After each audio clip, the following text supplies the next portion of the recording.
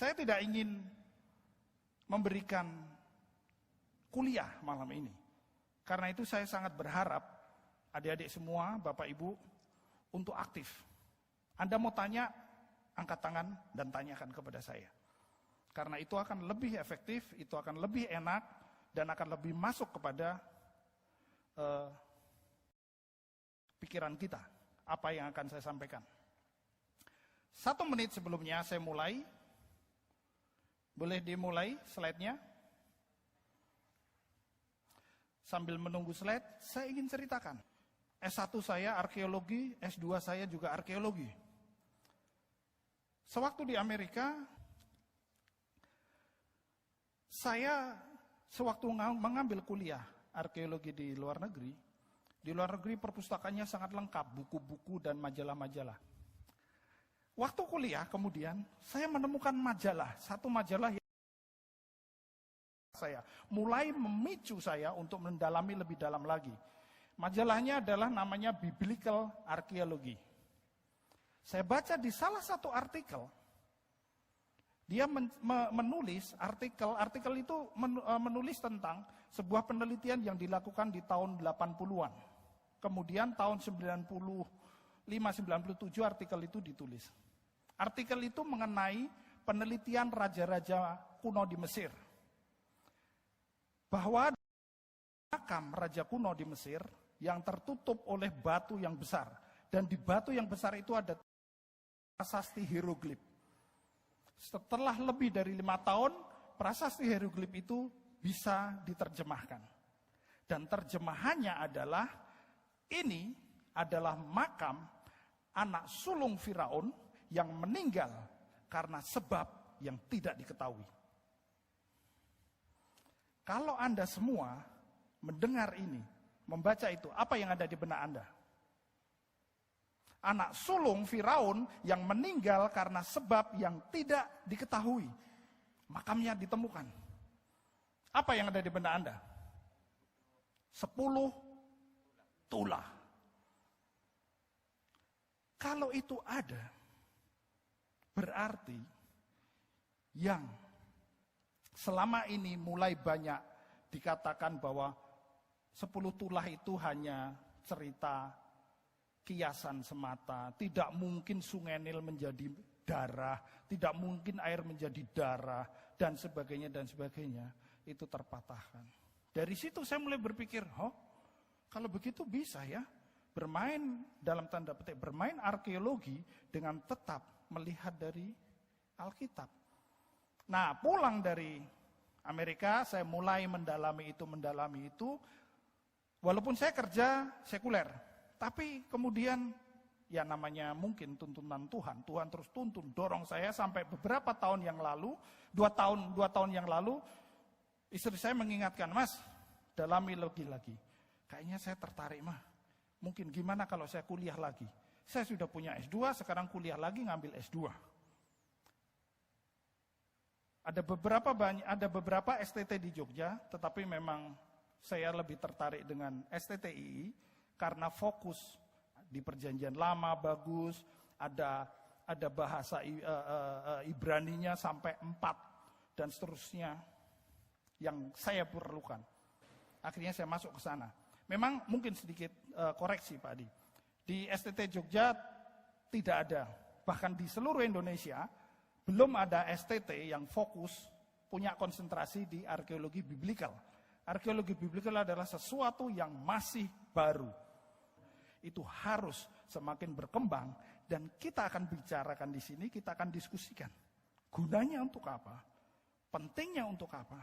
Dan bagaimana nanti arkeologi biblikal akan membantu kita semua di dalam kehidupan kita. Next, Mas. Ya, arkeologi biblikal, arkeologi itu berasal dari kata arkeos dan logos. Dari kata Yunani, logos ilmu pengetahuan, arkeos, arkaik artinya adalah kuno. Jadi arkeologi artinya adalah ilmu yang mempelajari segala sesuatu yang kuno, purbakala. Apa itu wujudnya? Candi, apa itu wujudnya? Gereja kuno, prasasti.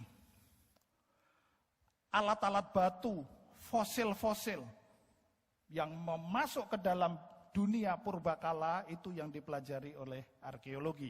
Di dalam kerjanya arkeologi banyak melakukan penggalian-penggalian, ada beberapa gambarnya. Penggalian-penggalian, di dalam penggalian itu kita menemukan banyak hal. Fondasi-fondasi, next. Kita gali pakai kotak-kotak seperti itu, next. Kita kadang temukan keramik masih utuh, kadang sudah, bukan kadang, lebih sering sudah hancur. Dan itu semua menjadi bidang penelitian, bidang studi arkeologi. Sekarang kita tahu bentuk-bentuk keramik yang banyak digunakan oleh Musa, bentuk-bentuk keramik yang banyak digunakan pada zaman Nuh, bentuk-bentuk keramik yang banyak digunakan pada zaman Yosua, ternyata ada bedanya. Itu yang sangat penting dan itu sangat membantu kita.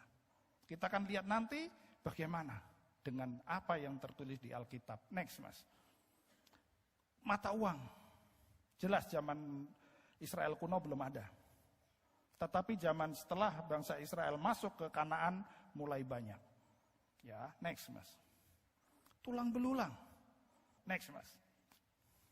Nah, arkeologi biblical, tadi saya sudah sampaikan mengenai arkeologi itu apa? Biblical adalah kata sifat. Maksudnya adalah arkeologi, ilmu studi tentang purbakala yang berkaitan dengan Bible, berkaitan dengan Alkitab kita. Kalau kita bicara arkeologi Indonesia, jelas tidak.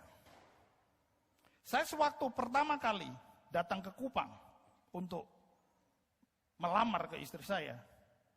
Saya datang pertama ke Kupang, istirahat, dan tempat pertama yang saya datangi adalah museum. Saya sudah ketemu dengan mertua saya, almarhumah, dan sebagainya, mau jalan-jalan, boleh jalan-jalan. Di mana Pak museumnya? Yang saya datangi museum dulu. Jadi saya tahu banyak dan sebagainya. Kemudian hari kedua, saya naik ke Bau Mata. Saya lihat ada beberapa gua di sana. Jadi bukannya terus bergaul, ngobrol dengan calon mertua saat itu, tapi malah ngurusi arkeologi. Tetapi berbahagialah istri-istri yang punya suami arkeologi. Semakin tua istrinya, semakin antik, semakin disayang. Semakin dielus-elus sayang gitu loh. Karena arkeologi lebih tua lebih suka gitu. Ya Mas, next. Nah, sebentar, jangan balik dulu. Kalau kita bicara arkeologi biblikal, berarti kita bicara tentang kekunoan, tentang purbakala di daerah yang disebut dengan the Fertile Crescents. Fertile Crescents artinya adalah bulan sabit yang subur. Itu ada di daerah, terlihat. Mulai dari sebelah barat Iran, Irak, Syria, sedikit Turki di bawah Turki, turun ke bawah seluruh Israel, sampai turun ke bawah sebenarnya sampai di daerah Lower Egypt atau Mesir atau delta Sungai Nil. Itu adalah wilayah yang disebut Fertile Crescent. Sewaktu saya kuliah S1, ada mata kuliah namanya Prasejarah Dunia. Pusat-pusat peradaban. Kita bicarakan itu. Saya nggak ngeh saat itu. Saya tertarik arkeologi, saya bicarakan itu. Pusat-pusat peradaban yang dianggap tertua, ilmu pertanian pertama, manusia mengembangkan pertanian pertama di daerah itu. Fertile Crescent. Kota pertama berdiri di daerah Fertile Crescent. Saya hanya, kemudian sekarang saya baca Alkitab. Betul sekali semuanya di sana. Itu daerah Abraham, Ur di sana. Abraham semua bicara Alkitab Perjanjian Lama, semua ada di situ. Setelah banjir besar, Nuh turun dan Alkitab mengatakan, dan Nuh menjadi petani anggur yang pertama. Saya kuliah arkeologi, saya bicara mengenai bahwa di daerah itu manusia pertama kali mengembangkan pertanian. Saya pahami itu dengan ilmu arkeologi, ada bekas-bekas kanal kuno, ada bekas teknologi bagaimana, peralatan batu sampai peralatan cangkul kuno dan sebagainya. Tetapi saya lihat di Alkitab mengatakan hal yang sama. Setelah banjir besar, masih ada manusia yang hidup. Masih ada tidak? Tidak ada, kecuali keluarganya Nuh. Dan pada saat Nuh dikatakan sebagai manusia pertama yang menjadi petani anggur, ilmu arkeologi membuktikan itu. Kalau Anda ketemu dengan orang-orang yang mengatakan bahwa Alkitab kita adalah Alkitab yang isinya berisi dongeng, isinya tentang hikayat atau legenda, ilmu pengetahuan membuktikan lain.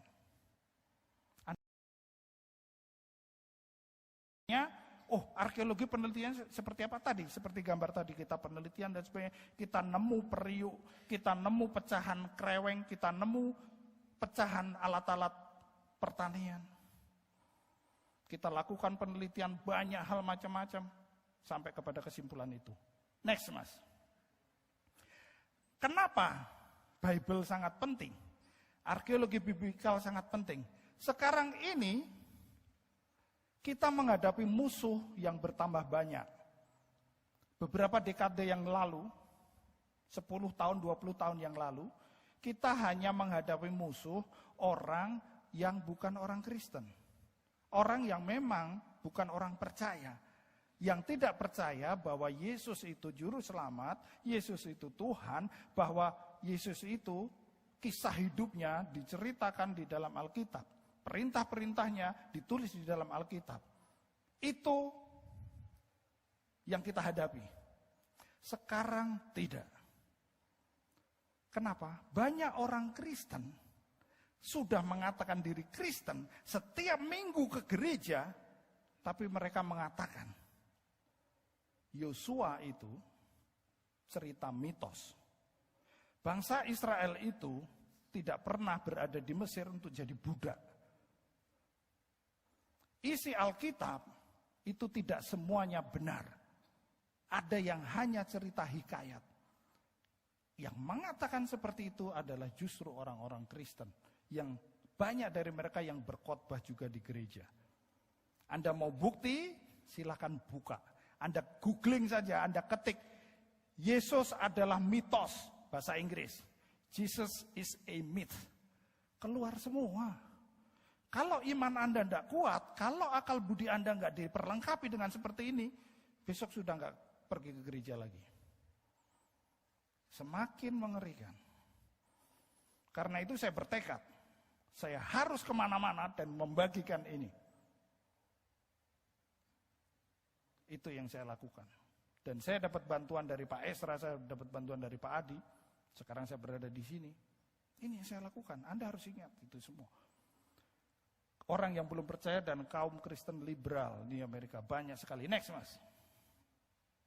Yuk kita coba bahas. Saya tidak mungkin bahas semuanya, tapi kita coba bahas satu persatu. Kita mulai dari kisah Nuh. Yuk next, Mas. Benar nggak sih kisah Nuh?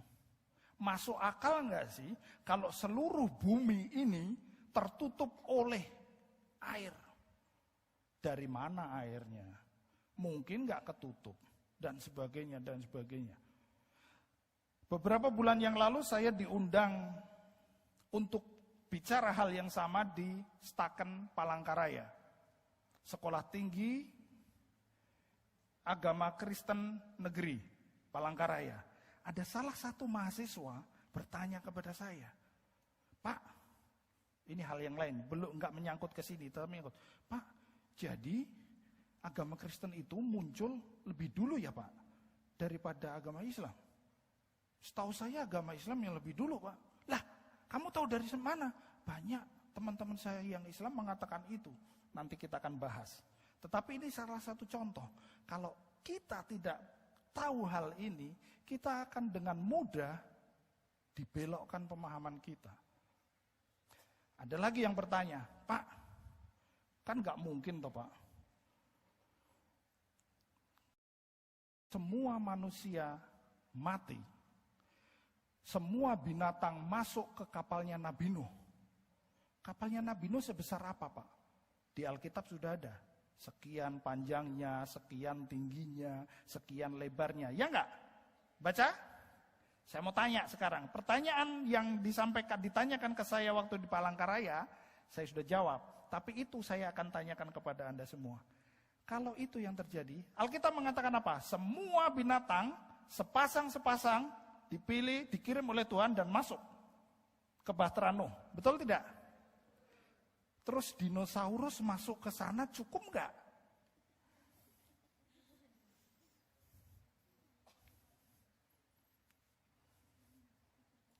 Dinosaurus masuk ke sana cukup enggak tuh?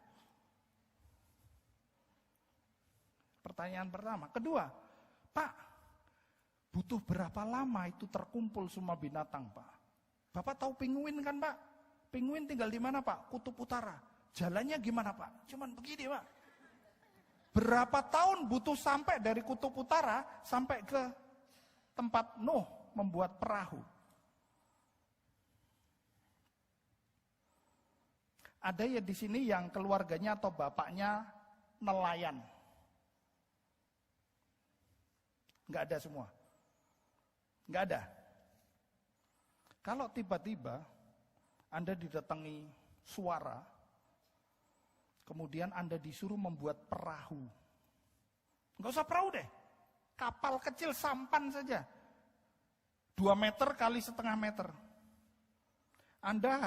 Kamu harus bikinnya ukurannya sekian. Itu ukurannya sudah, kayunya sudah. Kira-kira kalian bisa bikin enggak? Siapa Nuh? Saya sayang tidak bawa Pak Adi ada teman-teman yang bawa pointer? Tidak ya, nggak apa-apa. Nah, saya mau tunjukkan di sini.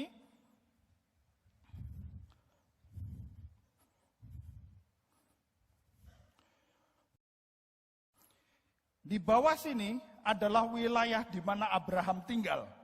Ur, Aram dan sebagainya ada di daerah ini, sedikit di atas teluk ini. Nuh tinggal di situ, ribuan kilometer dari laut, ribuan kilometer dari pantai terdekat. Dia disuruh membuat perahu. Dia nggak tahu sama sekali bagaimana perahu itu dan sebagainya, tapi dia buat itu. Ya justru itu, Pak. Jadi itu cerita itu pasti nggak benar, Pak. Karena nggak mungkin Nuh punya pengetahuan untuk membuat perahu. Next, Mas. Di Alkitab dikatakan, lalu bersandarlah perahu itu di pegunungan Ararat. Sampai detik ini, silahkan yang punya gadget, googling, pakai Google Map atau Google Earth nggak bisa, Google Map, Anda ketik saja Ararat Mountain, Anda akan nemu dan itu terletak di, balik lagi Pak, balik tadi, ada di yang balon merah itu, di perbatasan Turki dan Rusia atau Uni Soviet dulu. Sampai sekarang daerah Gunungan Ararat. Dan di situ, terutama di bagian bawahnya, bawah balon itu, adalah komunitas yang sekarang disebut Kristen Syria. Banyak desa-desa kuno yang masyarakatnya itu adalah Kristen-Kristen Ortodok. Mereka masih berdoa dengan menggunakan sajadah. Mereka masih berdoa dengan cara berbahasa berbahasa Aramik. Desa-desa yang masih berbicara menggunakan bahasa Aramik. Apa itu bahasa Aramik? Bahasa yang digunakan oleh Yesus. Dan masih digunakan. Daerah itu yang sekarang diserang, habis penduduknya dibunuh oleh ISIS. Mereka masih sembahyang 3-5 kali sebulan. Apa sehari. Mereka masih mengenal tradisi mengaji. Anda tahu mengaji? Ya kalau Anda dengar di masjid, orang mengaji. Kristen Koptik, Kristen Syriak mengaji. Loh, terus yang mengaji apa yang dibaca? Yang dibaca Mazmur, yang dibaca kitab Yesaya, yang dibaca kitab-kitab Taurat mereka. Tetapi dilakukan. Dan itu mengaji. Dan itu pula yang kemudian diadopsi oleh orang-orang Islam zaman Muhammad. Dan itu masih. Artinya apa? Tradisi mereka itu banyak berasal dari kita. Next, Mas. Kita lihat pegunungan Ararat. Sebelum yang tadi yang ada gunung bersalju. Ya, yang besar itu disebut Ararat besar, sebelah kecil. Next. Ditemukan ada bentuk seperti ini. Arkeolog sudah ke sana dan melihat ini bukan buatan alam. Ini adalah buatan manusia. Penelitian terus dilakukan. Dan ukurannya sangat mirip dengan apa yang Alkitab ngomong. Lebarnya, panjangnya, tingginya kurang lebih sama. Apakah betul yang dikatakan Alkitab? Dan mendaratlah bahtera itu di pegunungan Ararat. Dan di sana memang ditemukan fenomena seperti ini. Yang namanya arkeologi adalah ilmu pengetahuan. Kalau sudah ketemu itu, terus dilakukan penelitian. Selama belum ada yang kemudian mematahkan itu semua, ya kita percaya itu. Dan saat ini adalah penemuan yang paling dekat dengan itu. Tidak ada yang lain, belum ada yang lain. Next, Mas. Kita lihat coba. Penelitian arkeologi banyak dilakukan, tetapi banyak juga arkeolog yang menentang, enggak, itu enggak seperti itu. Ada beberapa hal yang mendasari itu. Banyak arkeolog yang takut juga kalau Alkitab itu terbukti kebenarannya. Banyak loh, jangan heran.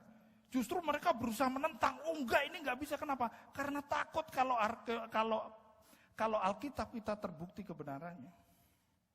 Dan seperti tadi saya sampaikan, justru yang seperti itu paling depan adalah mereka yang ke gereja juga. Mereka yang mengatakan diri Kristen. Dan mereka membangun teori-teori liberal yang lain. Next, saya tidak akan bicara teologi. Sudah ada pakarnya 2 orang, kalian anak-anak yang beruntung sekali mempunyai Pak Adi, Pak Esra. Luar biasa. Itu tadi adalah bicara tentang Nabi Nuh. Kita coba yuk masuk ke yang lain. Bangsa Israel di Mesir. Kenapa ini sangat penting? Karena dari situ kekristenan kita mempunyai dasar bahwa bangsa Mesir menjadi budak, mengalami perbudakan di Mesir. Bahwa kemudian Tuhan memerintahkan Musa untuk memimpin, disitulah ada covenant, ada perjanjian.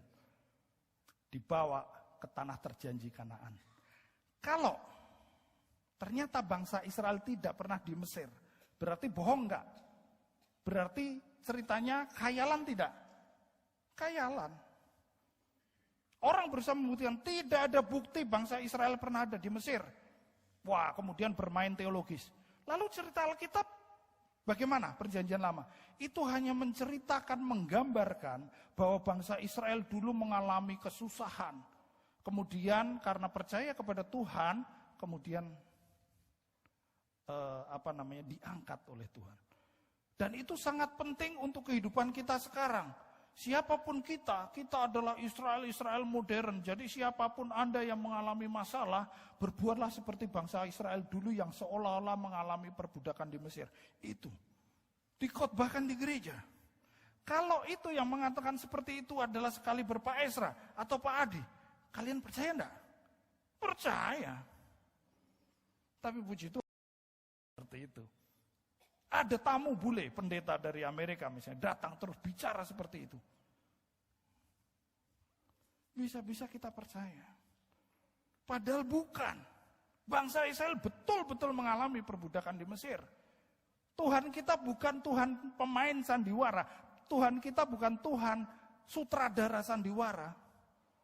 Tuhan kita adalah Tuhan yang betul-betul dapat dibuktikan dengan sejarah. Karena apa? Tuhan juga turun ke bumi, kita lihat Yesus nanti. Next.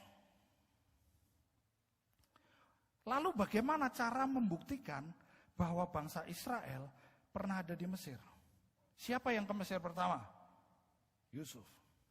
Di saat Yusuf itu belum ada, bangsa Israel belum sepenuhnya terbentuk. Masih keluarga Yusuf dan keluarga besarnya. Tadi pagi di lapas wanita, saya juga menyampaikan firman, sharing mengenai Yusuf.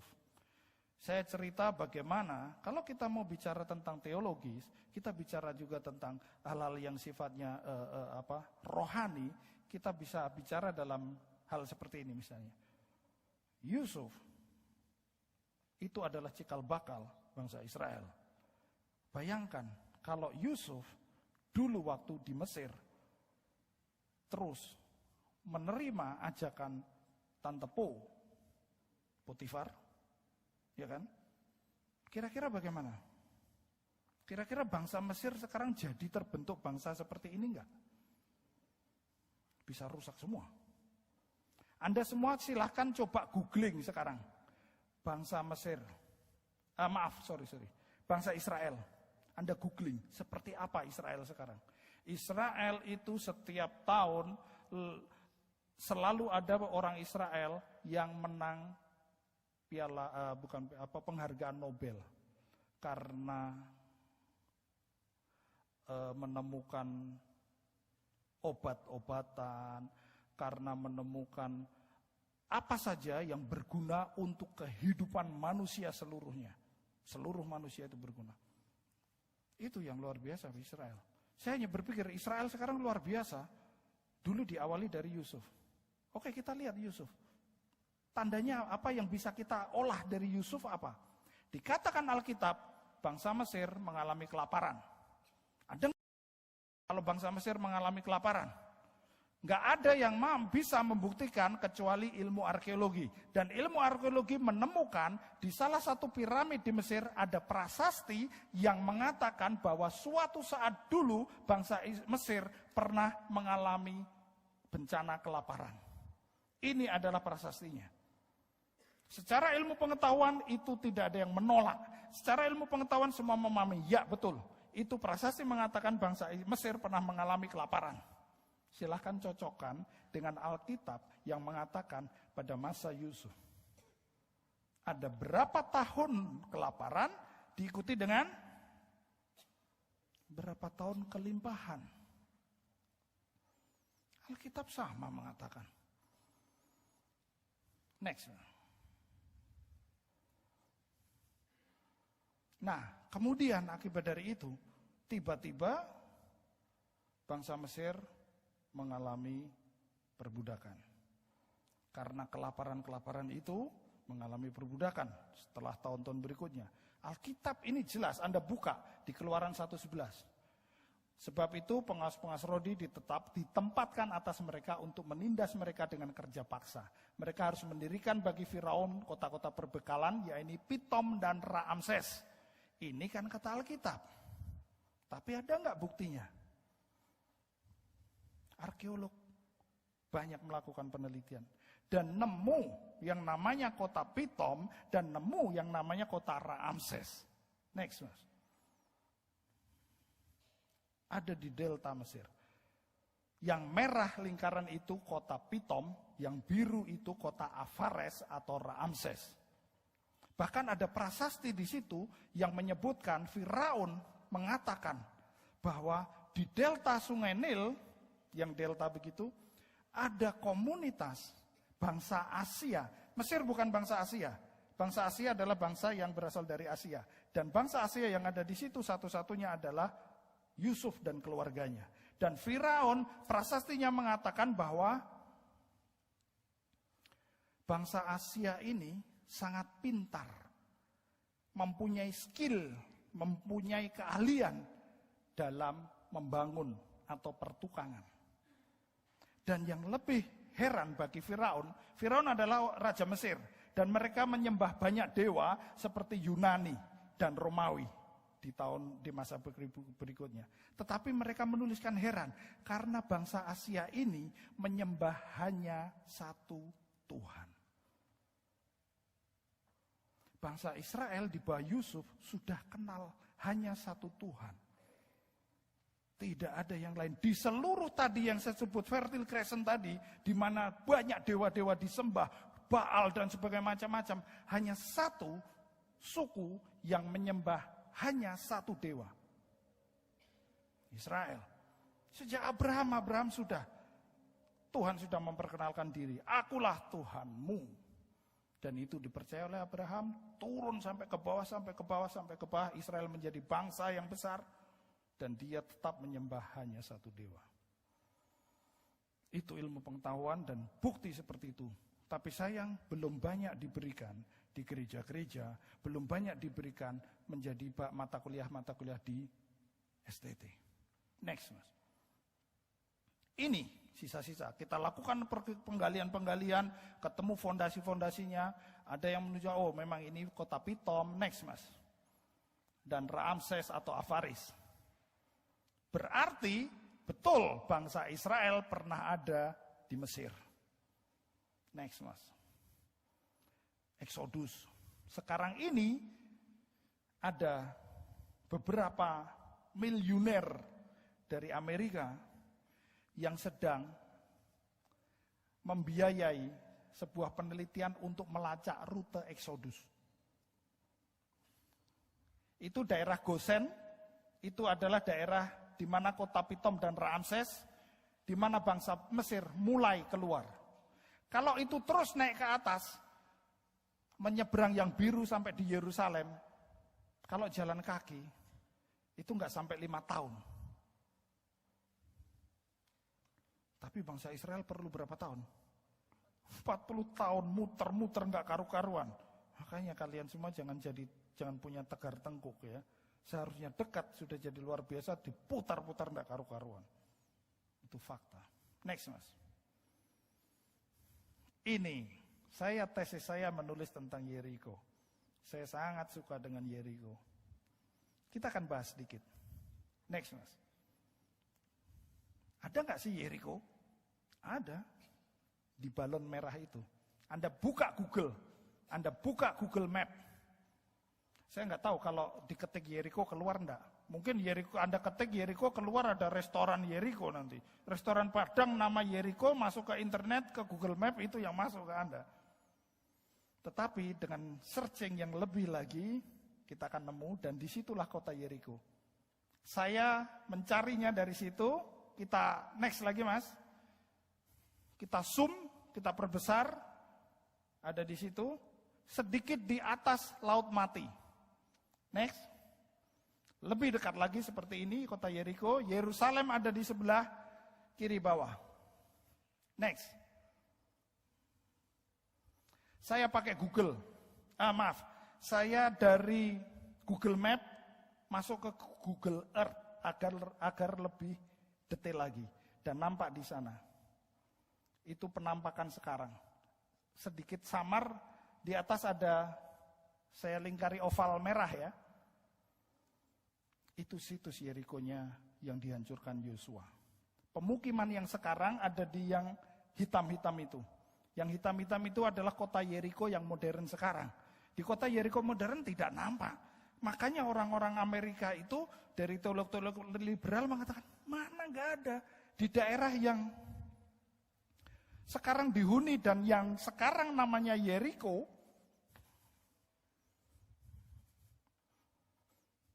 ada di sini, tidak ada tinggalan apapun. Itu sekarang yang menghuni adalah orang-orang Arab Palestina. Jadi cerita Yosua itu hanya cerita mitos. Mereka lupa bahwa ada satu daerah lagi yang walaupun sekarang namanya sudah bukan Yeriko lagi, tetapi itu adalah kota Yeriko dulu yang dihancurkan oleh Yosua. Ada di sebelah atasnya yang merah itu. Next, Mas. Kita zoom lebih dekat lagi. Mulai nampak di situ ada bukit. Next, Mas. Ini kalau kita lebih dekat lagi. Jadi bukit di sini yang kosong,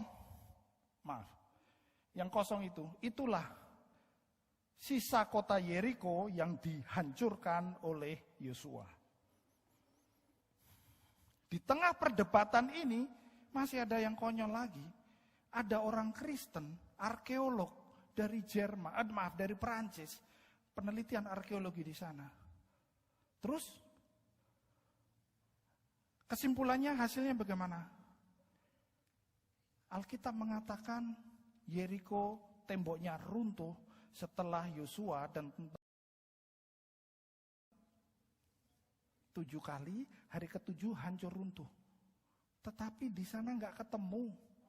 Jangankan cerita Yosua benar atau enggak, temboknya saja nggak ketemu, sisa temboknya tuh nggak ada. Bagaimana mau bilang itu cerita beneran? Itu loh. Tetapi kebenaran milik Tuhan.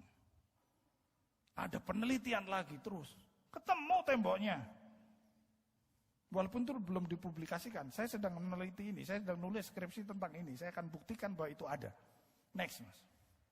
Ini, nama sekarang karena banyak dihuni oleh orang Arab Palestina, menjadi bahasa Arab, Tel El Sultan. Jadi kalau Anda ketik Yeriko nggak ketemu. Nama yang sekarang Tel El Sultan.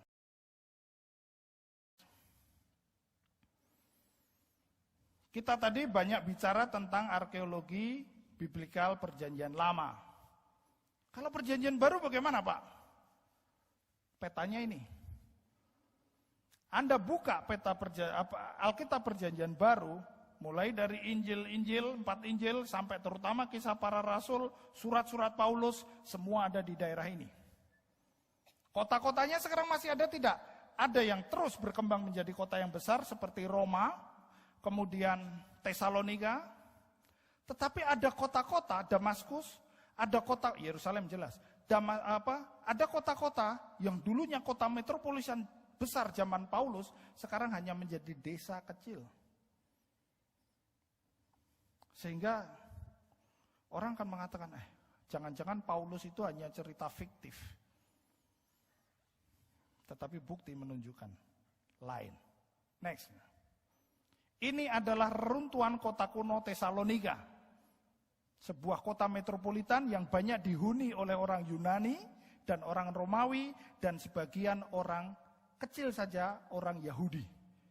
Dan ini menjadi wilayah penginjilan Paulus. Paulus sendiri datang kepada the Gentiles. Apa itu the Gentiles? Orang asing non-Yahudi. Itu menjadi sasaran penginjilan Paulus. Next, Mas. Ini kota Tesalonika. Next. Efesus. Next. Tarsus. Di jalan-jalan inilah Paulus berjalan mengabarkan Injilnya. Injil kita maksudnya. Next. Berikutnya kita sedikit kembali ke perjanjian lama. Tetapi karena ini sangat penting dan ditemukan di perjanjian baru. Sedikit di pinggiran Laut Mati ada gua-gua kuno. Gua-gua ini di dalamnya ditemukan gulungan-gulungan dari kulit kambing yang sudah hancur-hancuran. Sebenarnya ditemukan awal tahun 60-an, 65, 67. Kemudian mulai terus disimpan saja. Sampai kemudian ada ahli yang mencoba membuka dan meneliti lagi. Saya mau tanya sebelum saya lanjutkan. Ada di antara Anda semua, saya nggak tahu kalau di sini ya, tapi di Jawa sangat sering dikatakan, Pak Agung, Alkitab Anda kan sudah bukan asli lagi. Alkitab Anda kan sudah banyak diubah oleh paus, oleh para pendeta. Itu sudah bukan asli lagi. Ada yang pernah mendapatkan tudingan seperti itu?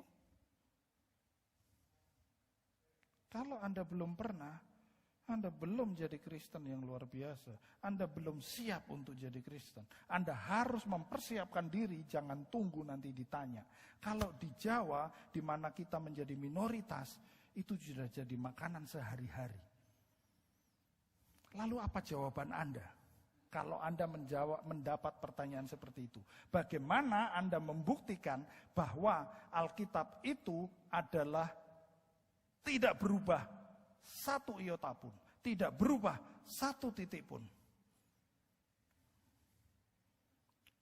Apa yang disebut gulungan naskah laut mati atau the Dead Sea Scrolls membuktikan itu. Jadi gulungan kitab-kitab tadi yang ditemukan, ternyata itu adalah kitab-kitab dari Perjanjian Lama, beberapa dari Yeremia, dan sebagian besar dari kitab Yesaya, ya, yang masih tersimpan, dan satu titik pun tidak ada berubah dengan kitab-kitab Yesaya, Yeremia yang ada di Perjanjian Perjanjian Lama Anda semua. Padahal ini berumur dari abad pertama, kedua, dan paling tua abad ketiga. Artinya seumur dengan Yesus. Bicara bukan Perjanjian Baru tapi Perjanjian Lama. Sama. Silahkan buka kitab Yesaya, Anda buka pasal berapa, searching di Google The Dead Sea Scroll, buktikan. Bahasanya adalah bahasa Ibrani kuno. Sama. Kalau ada yang mengatakan kitab kita sudah diubah, ya dia yang nggak ngerti. Ini menjadi sasaran misiologi Anda. Next. Seperti ini gulungannya. Dan siapa yang melakukan ini? Arkeolog yang susah payah melakukan ini. Pelan-pelan dibuka dengan berdebu dan sebagainya. Beberapa bulan 2 bulan yang lalu saya dapat undangan dari Badan Antiquity Israel. Bangsa Israel, pemerintah Israel melakukan lagi, Pak, survei, penelitian di daerah Laut Mati untuk mencari lebih dalam lagi, lebih banyak lagi The Dead Sea Scrolls. Jangan sampai ada yang belum diketemukan, terus rusak. Karena itu mereka menjalankan terus. Saya dapat undangan sebenarnya ke sana. Tapi waktu saya belum ada. Kalau Tuhan mau, tahun depan saya pasti bisa. Itu sangat luar biasa. Dan kalau itu terjadi, bisa-bisa saya jadi sasaran penculikan ISIS nanti. Ini ada orang Indonesia di sana ikut-ikutan Kristen ini, wah kacau ini, begitu. Ya, next Mas. Setelah dibuka pelan-pelan bentuknya seperti ini. Dari yang bisa terbaca, dapat dikatakan, dapat disimpulkan, dapat dicocokkan semua sama, persis dengan apa yang tertulis. Apa itu kitab Yesaya, Yeremia, dan beberapa kitab yang lain. Next Mas. Ini. Siapa yang melakukan ini? Arkeolog. Saya semakin paham. Saya kemarin-kemarin mengatakan, ngapain ya arkeologi? Saya cuma suka belajar arkeologi, tapi kemudian saya nggak tahu Tuhan pertemukan saya dengan anak perempuan ketua sinode dan sebagainya. Akhirnya saya ikut ke gereja Kristen, dan ya Anda semua tahu, bergereja di gereja Katolik dengan Kristen beda sekali. Dulu saya nggak pernah bawa Alkitab, sekarang harus bawa kemana-mana bawa Alkitab. Dulu saya nggak pernah baca Alkitab, sekarang harus baca Alkitab. Dan saya nggak tahu ngapain itu. Apalagi kalau dikaitkan dengan arkeologi, ilmu yang saya pelajari. Sampai kemudian di sini saya baru lihat, oh di sini bukti. Keperluannya adalah di sini. Oh Tuhan mau saya share ini. Ya, next. Mau dilanjutkan? Mau dilanjutkan atau langsung tanya jawab? Selesai, pulang, sudah hujan? Lanjut. Tabut perjanjian. Itu hal juga yang sangat menarik. Di mana Pak tabut perjanjian itu sekarang? Kalau benar Yesus itu ada, kalau benar Musa itu ada, kalau benar Tuhan kita yang kita sembah itu adalah Tuhan yang benar, inti utama yang menjadi dasar perjanjian lama apa? 10 perintah Allah. Ya enggak? Mana buktinya? Itu ada Pak, disimpan, 2 loh batu itu disimpan di dalam tabut perjanjian. Ada Pak ceritanya, di tabut perjanjian itu ditaruh, ditempatkan di dalam kuil Solomon dan sebagainya. Mana buktinya? Dan saat ini banyak sekali orang-orang yang mengatakan, oh saya menemukan tabut perjanjian, oh saya melihat, woi banyak hal dan sebagainya. Tetapi ujung-ujungnya hanya membingungkan. Ujung-ujungnya hanya akan membuat, ya kan, itu hoak lagi kan, ya kan, itu nggak bener kan, ya kan, itu tuh cuman hoak dari awal, nggak ada. Bisa-bisa Alkitab dikatakan hoak lagi. Pernah nggak Anda semua berpikir untuk mempertanyakan ini? Ini diulang di dalam perjanjian baru Yesus. 10 perintah Allah. Tetapi dari mana? Mana buktinya? Nah, saya mau cerita ini. Ada seorang penulis, ada reporter. Dia meneliti, melacak kemana sebenarnya, di mana sebenarnya tabut perjanjian ini. Dia menggunakan ilmu arkeologi untuk melacak ini. Saya tidak akan mengatakan di sini bahwa ini sudah ketemu dan sebagainya, enggak, tetapi saya ingin menyampaikan bagaimana sumbang, saran dan peran dari ilmu arkeologi. Next, Mas. Namanya Graham Hancock, melacak keberadaan tabut perjanjian. Saya punya bukunya, tebelnya segini. The Sign and the Seal. Tanda tangan Tuhan. Ya. Ternyata sekarang cukup googling saja sudah banyak di internet. Next, Mas. Dia lacak dari Alkitab. Dia lacak. Oh, di tahun sekian nggak ada, di zaman raja ini dipindah ke sana, dipindah kemari, dibawa ke kota itu dan seterusnya. Dia lacak. Next, Mas. Hasilnya, dia percaya dan menyampaikan kesimpulannya bahwa tabut perjanjian sekarang kemungkinan besar ada di salah satu kota di negara Ethiopia. Negara Ethiopia itu adalah negaranya Ratu Sheba. Ada beberapa alasan dia katakan. Secara historis, erat hubungan antara Ethiopia dengan Israel, zaman Ratu Sheba. Kita bisa lihat di Raja-Raja 10. Next. Banyak tradisi Kristen kuno yang masih dijalankan oleh para penganut Kristen di Ethiopia. Orang Ethiopia adalah orang-orang Black African, orang-orang negro. Tetapi dia adalah satu-satunya orang negro yang diakui oleh pemerintah Israel sebagai Black Jewish atau orang Yahudi hitam. Setiap tahun masih terjadi gerakan Zionis dari Ethiopia migrasi kembali ke Israel. Ini orang-orang hitam, orang-orang katakan negro Afrika, tetapi mereka menjalankan tradisi-tradisi Yahudi. Next. Kita lihat gambaran-gambarannya, banyak tinggalan kuno yang berkaitan dengan keberadaan tabut. Next. Nah, ini adalah gereja atau kapel yang namanya The Church of Our Lady Mary of Zion. Gereja kecil saja di Ethiopia. Gereja ini tidak digunakan untuk tempat beribadah.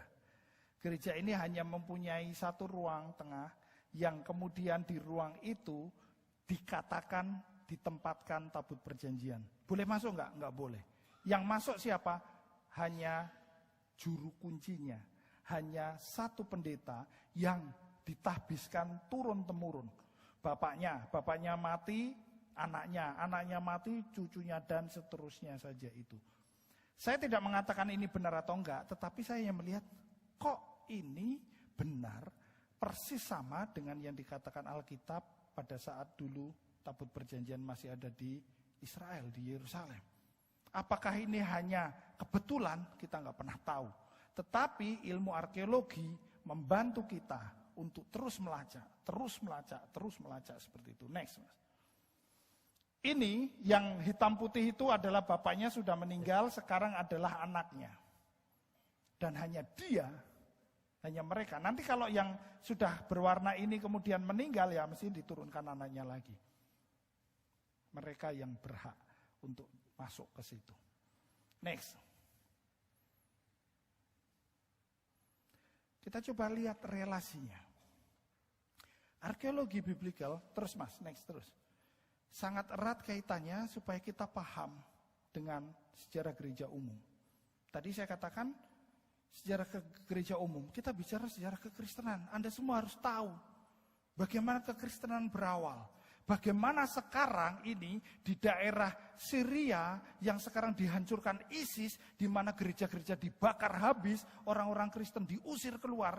Ini pertama kali terjadi setelah 2000 tahun tidak ada orang Kristen satupun di situ. Padahal zaman para rasul semua mayoritas adalah Kristen.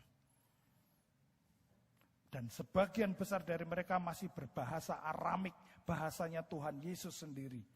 Elai, Elai, lama sabachthani. Itu bahasa Aramik. Dan itu masih digunakan dalam percakapan sehari-hari oleh beberapa desa terpencil di sana. Saya hanya membayangkan kalau saya atau kita bisa sampai di sana itu, ini betul-betul sebuah monumen hidup betul. Oh, ini Tuhan berbicara seperti ini. Tuhan manusia. Dia pasti juga, aku lapar, aku capek, saya mau duduk, dan seterusnya. Di Alkitab ada, dan itu bicara dalam bahasa Aramik. Dan sendiri bahasa Aramik itu seperti apa, to be spoken, dibicarakan, diomongkan. Islamologi jelas. Kita hidup sebagai minoritas, kita banyak ditunggangi, diputar balik. Pak Esra dengan Pak Adi sangat paham dengan itu. Kita diputar balik. Seperti tadi, seorang mahasiswa STT di Staken mengatakan, Pak, kalau gitu, Kristen itu lebih dulu ya Pak, daripada agama Islam. Lah iyalah, Kristen itu dari Masehi, tahun pertama, Islam baru, Muhammad lahir tahun 600-an. 625 baru mulai ada Islam muncul. Mulai menyebar kemana-mana dengan pedang, menghancurkan semua daerah yang tadi disebut Fertile Crescent tadi. Sehingga disitulah mulai invasi Islam. Islamologi. Nah yang terakhir misiologi, tapi saya belum akan singgung misiologi dulu. Saya mau tanya, bagaimana Kristen bisa berada di Indonesia? Pernah nggak di antara Anda ada lagi yang dituding? Bapak Kristen ya? Kristen kan agama penjajah, Pak. Kami di Jawa sudah jadi makanan sehari-hari. Ada nggak di sini? Pak, agama Kristen. Itu kan agama penjajah, Pak. Kenapa agama penjajah? Yang bawa kan penjajah. Inggris, Belanda. Daerah ini Portugis. Kira-kira kalau Anda semua mendapat pertanyaan seperti itu, atau bukan pertanyaan, tudingan seperti itu, mau jawab apa? Ayo, angkat tangan, mau jawab apa? Di Jawa itu jadi makanan sehari-hari. Cepat atau lambat, apalagi dengan teknologi internet, Anda semua pasti akan dapat tudingan seperti itu. Cuman dua kemungkinan yang terjadi. Anda harus maju, membekali diri, dan bisa menjawab ini, bahkan menjelaskan ke mereka kebenarannya. Atau dua, Anda jadi mualaf. Oh iya ya, berarti Kristen agama penjajah ya. Belum lagi tuh tadi kebenarannya banyak cerita bohongnya ya. Yaudah deh, saya pindah aja. Anda mau seperti itu?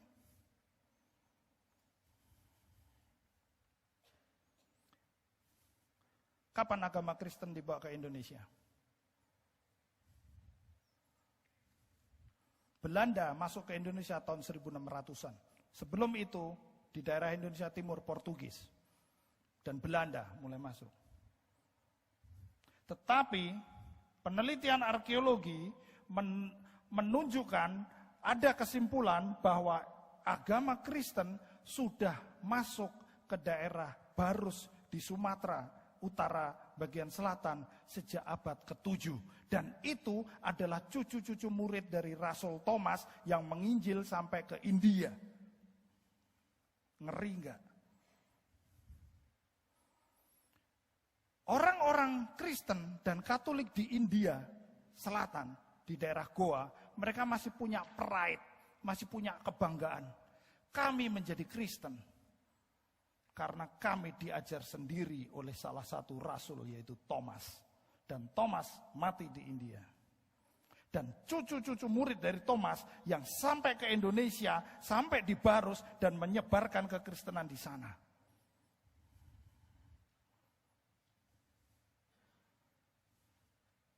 Sebelum Islam masuk, kita sudah ada. Islam masuk baru abad ke-12, ke-13, zaman Majapahit.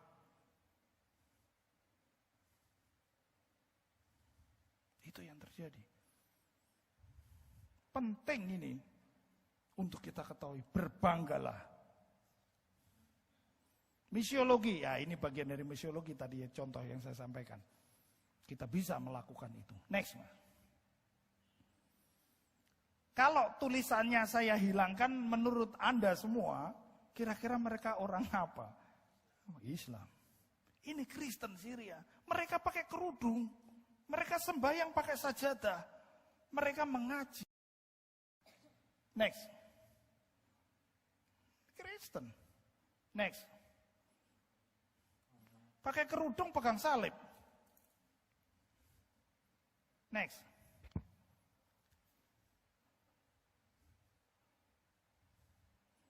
Kalau lukisan Bunda Maria itu diganti lukisannya Cita-Citata,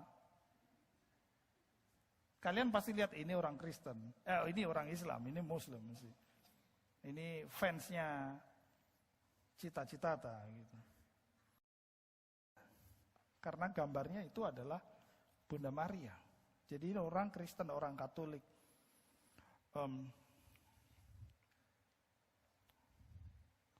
Menurut Anda, benar yang mana saya katakan ini?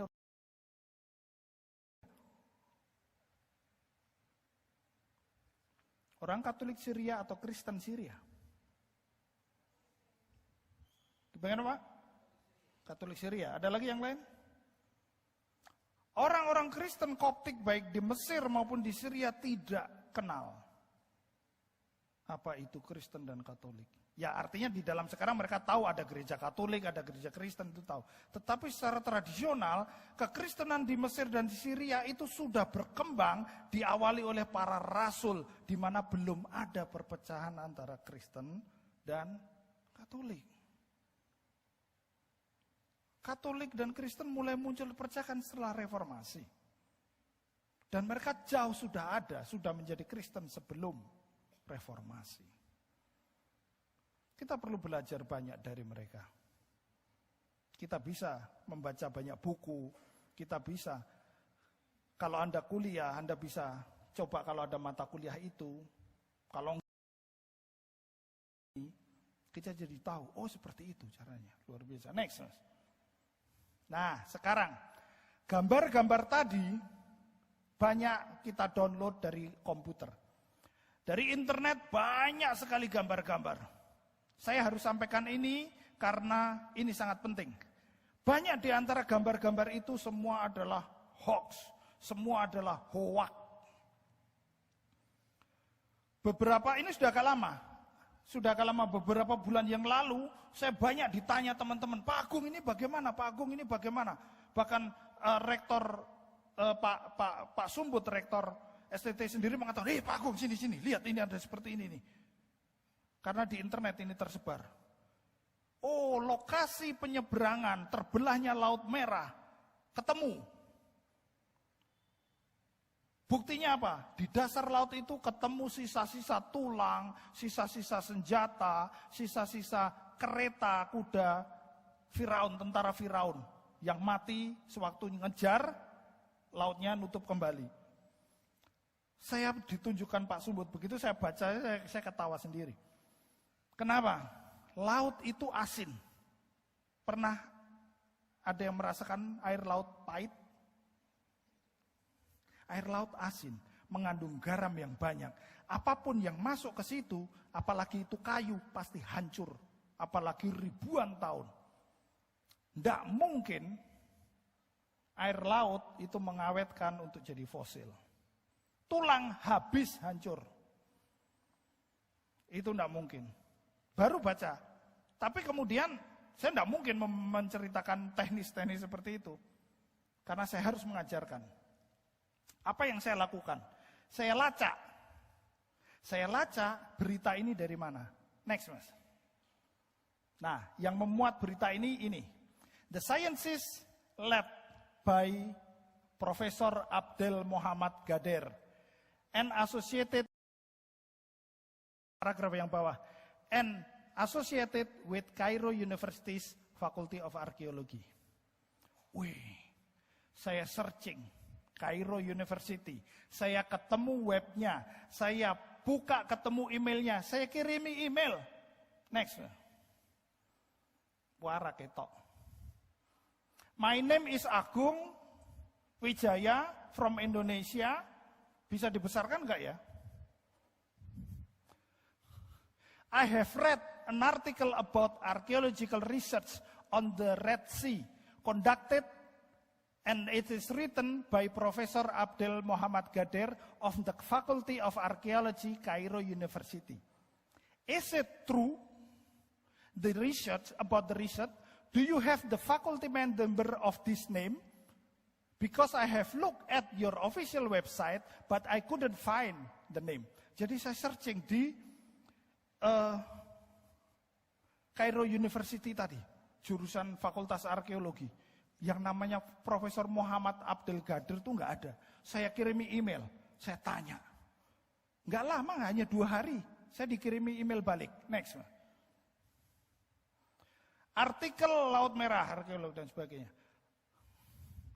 Kecil sekali, enggak kelihatan. Yang bawah itu, Fakultas of Archaeology, Cairo University. No, jawabannya.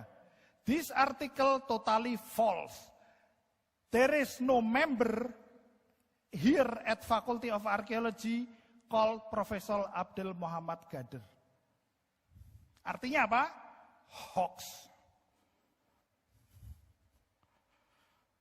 Artinya itu hoax. Kita buka di bisa-bisa kalian lihat, woi, ketemu sisa-sisa salib kayu bekas salib Yesus. Dan ada nampak wajah di situ. Bisa saja. Setelah kalian lihat, loh wajahnya kok kayak Pak Agung. Nah, kan repot. Jangan-jangan Pak Agung itu Yesus gitu. Repot. Itu bisa sekali. Artinya apa? Arkeologi sangat membantu. Tetapi kalian juga harus, dengan teknologi internet sekarang, kalian juga harus teliti. Modal bahasa. Anda nggak bisa bahasa Inggris nggak apa-apa. Ada Google Google Translate toh. Nah, sudah. Loh, itu yang dikirim dari Kairo itu juga bahasa Inggrisnya ngawur loh itu. Itu bahasa Inggrisnya grammarnya ngawur. Tapi ya saya mengerti maksudnya, oke lah. Next, Mas. Yuk kita lihat terakhir. Matius 22. Kasihilah Tuhan Allahmu dengan segenap hatimu, segenap jiwamu, segenap akal budimu. Ini yang mendorong saya. Segenap hati saya sudah saya letakkan di kaki Yesus dengan percaya pada Alkitab. Jiwa saya mengikuti itu.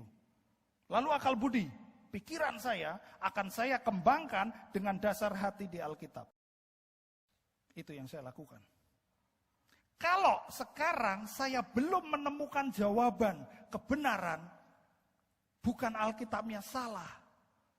Tapi saya yang belum mampu. Jangan karena kita nggak nemu, kita nggak mampu mengolah, nggak mampu berpikir, itu dinosaurus masuk ke bahteranya Nuh, gimana ya? Kita belum mampu menemukan jawabannya, lalu kita katakan Alkitab itu karangan manusia saja. Jangan seperti itu. Next. Nah, isu-isu penting. Teori evolusi. Selalu ada yang bertanya ini dimanapun pada saat saya menyampaikan materi ini. Nanti pasti ada yang bertanya juga. Benar, Pak? Apakah benar, Pak? Manusia itu dari kera? Macam-macam. Dinosaurus, air bah Nuh, perbudakan di Mesir. Bahkan historisitas Yesus. Benarkah dulu pernah ada manusia yang bernama Yesus? Jangan-jangan itu hanya karangan Rasul Paulus. Kenapa membicarakan itu? Lah seluruh Alkitab itu, coba saya tanya, isi Alkitab itu paling banyak suratnya siapa? Bisa jadi itu Yesus Kristus itu yang ngarang Paulus aja, itu untuk membenarkan surat-suratnya. Ngeri itu. Kenapa Yesus menaruh, tolong balik lagi ke tadi. Menaruh nomor 1 segenap hatimu. Kok tidak segenap akal budimu dulu? Karena nomor 1 kita harus hati dulu. Kemudian kita kembangkan jiwa biar mengikuti dan kembangkan pikiran kita. Kalau kita mengembangkan pikiran kita, kita merasa lebih hebat, dan pada saat kita nggak mampu menemukan, ya Alkitabnya yang salah. Yuk Mas, next. Poin penting, arkeologi membantu kita untuk memahami kebenaran Alkitab. Arkeologi menyediakan bahan bagi kita di dalam memberitakan kebenaran Alkitab kepada orang lain. Jangan pernah berpikir bahwa arkeologi itu membenarkan Alkitab. No. Alkitab tidak butuh bantuan apapun, siapapun untuk kebenarannya. Tetapi dengan arkeologi dan ilmu-ilmu yang lain, kita dibantu untuk bisa memahami, oh iya ya, betul ya. Tetapi tidak ada kaitannya dengan kebenaran Alkitab itu. Alkitab benar. Tapi kita yang enggak ngeh, kita yang enggak dong, kita yang tertutup mata kita untuk melihat kebenaran itu. Dan arkeologi sedikit banyak membantu kita. Yang pertama, yang kedua, tadi tudingan. Dan arkeologi membantu kita menjawab itu. Melakukan misi kita. Pergilah ke ujung bumi, baptislah orang dalam namaku. Kita nggak akan bisa melakukan itu kalau orang yang kita temui di ujung bumi itu tidak percaya bahwa Alkitab adalah kebenaran. Next. Terima kasih. Tuhan Yesus memberkati. Saya sampaikan ke tadi apa? Terus tanya jawab langsung. Silakan. Masuk ke sesi tanya jawab. Sebentar, Mas. Bagaimana? Langsung saja biar. Ya, terima kasih, Pak. Pertanyaan saya begini, Pak. Bagaimana Bapak menyikapi kain kafan Turin kain kafan Yesus di Turin? Terima kasih. Terima kasih. Baik, terima kasih. Nama saya Panceleka. Saya ingin bertanya, Bapak tadi menyinggung tentang sejarah Mesir dan di dalam penggalian itu didapatkan kuburan Firaun Tutankhamun. Nah, pertanyaan saya adalah terlepas dari itu tidak bisa dilepaskan dari seorang tokoh Napoleon Bonaparte juga. Oleh karena itu saya minta penjelasan tentang cara membaca batu Rosetta itu seperti apa. Para arkeolog bacanya seperti apa batu Rosetta itu. Yang kedua, ini belum selesai Bapak. Yang kedua menyangkut dengan Bapak menyebut orang Kristen yang ada yakni dari Belarus atau Yang tadi Bapak bilang sebelum Belanda agama Komponi itu ada pertama yang sudah ada di Indonesia. Barus. Barus. Pertanyaan saya adalah, kok bagaimana ceritanya sampai sejarah tidak mencatatnya di dalam buku pelajaran IPS dan sebagainya. Bagaimana cerita sampai mereka itu hilang, tidak ada lagi? Seperti apa yang bisa Bapak jelaskan dikaitkan dengan bukti-bukti arkeologi yang ada? Dua dulu Mas ya. Oh iya, Nanti untuk lanjutkan. sementara Ada itu dulu. lagi yang lain, silakan. Terima kasih. Terima kasih. Itu ada satu. Terima kasih. Nama saya Suni Selen, Jemaat Bethlehem Oisapa Barat. Dan saya mahasiswa dari STTI Kupang. Pertanyaan saya, tadi Bapak katakan bahwa tabut perjanjian sekarang ada di Ethiopia. Yang selama ini yang kami tahu bahwa di mana tabut Tuhan berada, di mana bait Allah berada, berarti di situ ada tabut Tuhan. Yang jelas bahwa yang selama ini pada umumnya tahu bahwa tabut Tuhan itu di Yerusalem. Tetapi syukurlah hari ini kami dengar bahwa di Ethiopia. Mungkin yang perlu kami ketahui sebabnya apa sehingga tabut Tuhan itu harus ada di Ethiopia. Itu yang menjadi pertanyaan kami, Pak. Terima kasih Pak. Baik, nomor satu saya akan coba sampaikan tentang kain kafan Turin. Ya, itu menjadi bagian dari bidang studi arkeologi. Benar tidaknya banyak sekali para ahli yang sudah mencoba meneliti. Benar enggak itu ada beberapa cara untuk meneliti tentang kebenaran kain kafan Turin itu. Tadi bapaknya di mana ya? Oh iya. Nah, yang pertama adalah kita lihat dari kronologinya, waktunya. Kita coba, kita tes, kain kafannya itu kira-kira umurnya sudah berapa lama. Itu ilmu arkeologi, tetapi kita menggunakan bantuan ilmu-ilmu